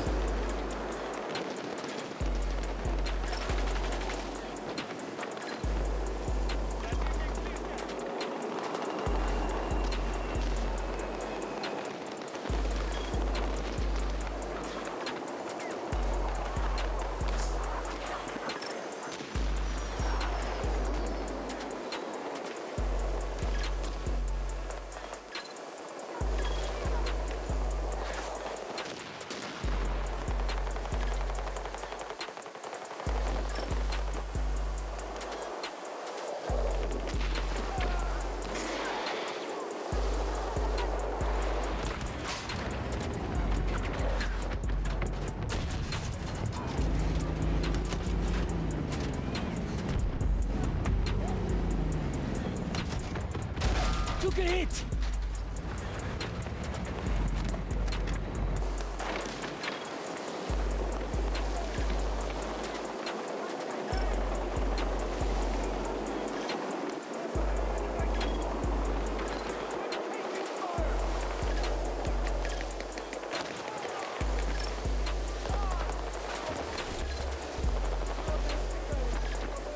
That's crazy, they got cooked.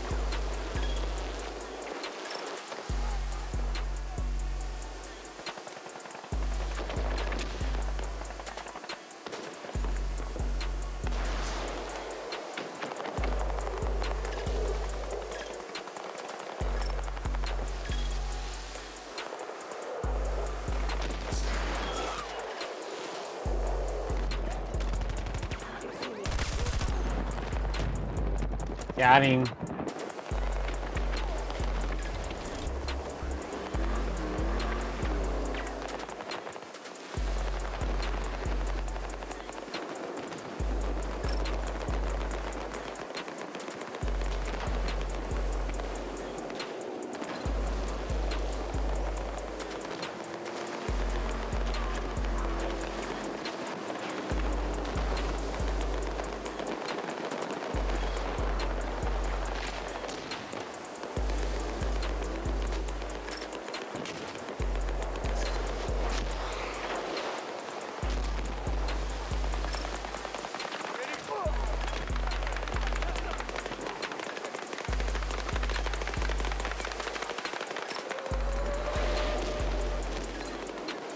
Shit's going crazy, bro. Oh yeah, we got that shit.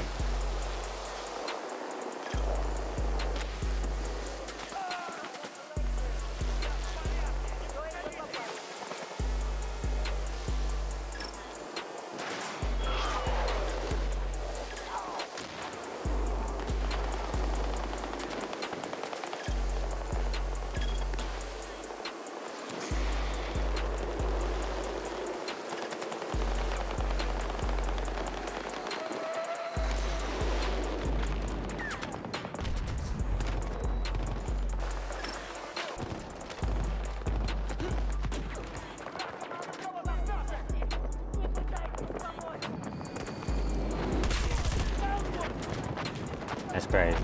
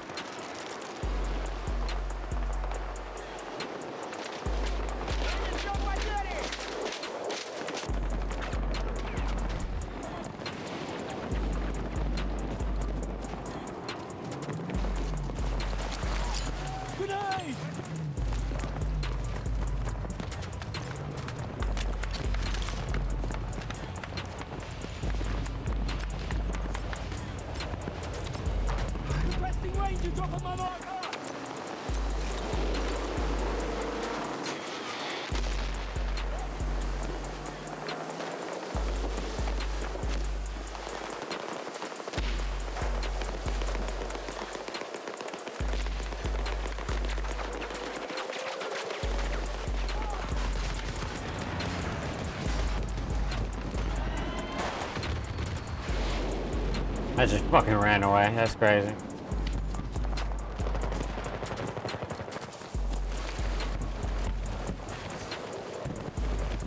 It's a close game, low key.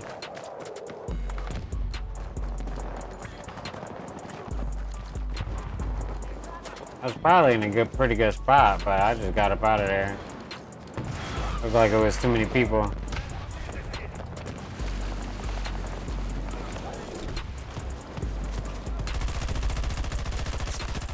Okay. Damn, they got fucking shields and everything over there. Damn.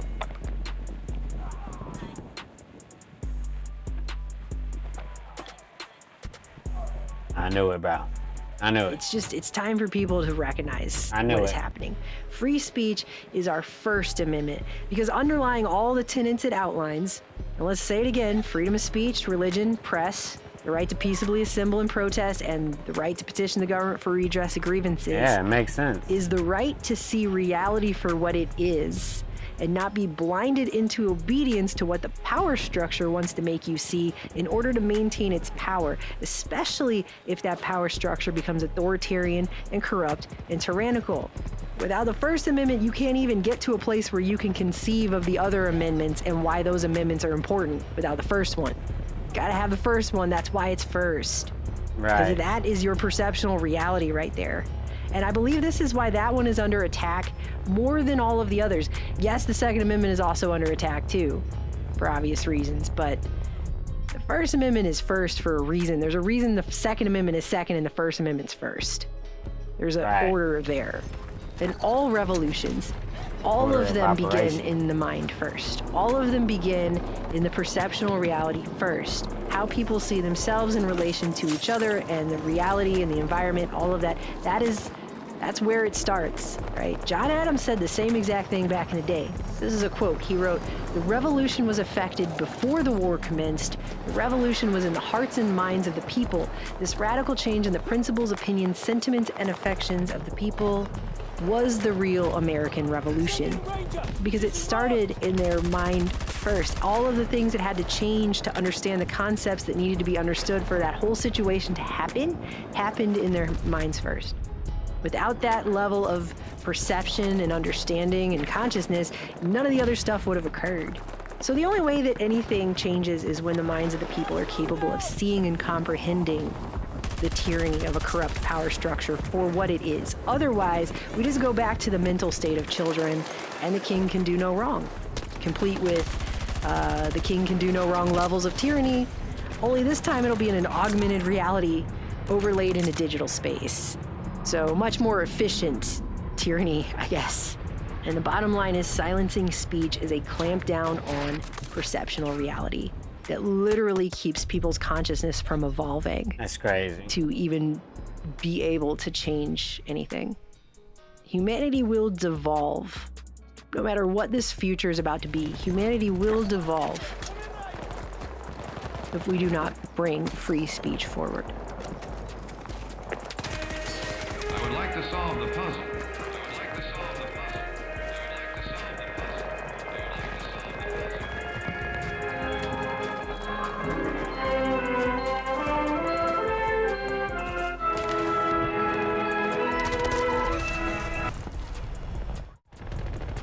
All right, my bad. Let's try to get a win real quick.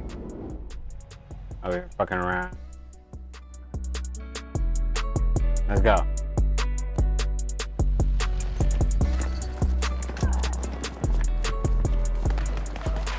Oh shit. Niggas over there, right? Fuck. Damn. Over here trying to fuck on my gadgets and shit. Got my shit cooked. I like Battlefield Hardcore though. I gotta get back in my groove though. I was in a groove a minute ago.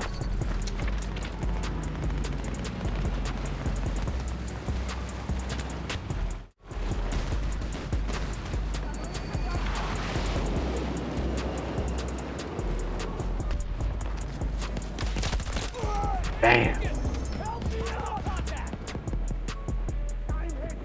That's exactly where they was at though.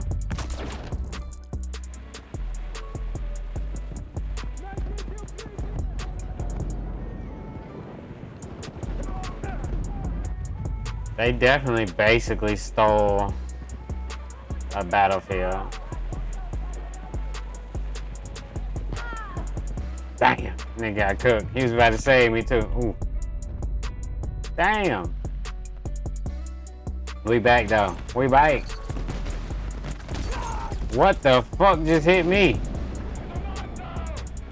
That's not how it usually go. But we won. Hey man. Say man, I'll holler at y'all another day, man. I got some other shit I gotta do, man. But you know what I'm saying? Keep it pimping, bro. You know what I'm saying? I ain't got nothing prolific to say today, man. If you want to hear some prolific shit, listen to Nipsey Hussle or Black Sam or, you know what I mean, your mama or your motherfucking daddy, you know what I mean? But shit, read the Bible if you really want to hear some game, you dig what I'm saying? Hey, but I'll holler at you motherfuckers later, man. Peace. Hey.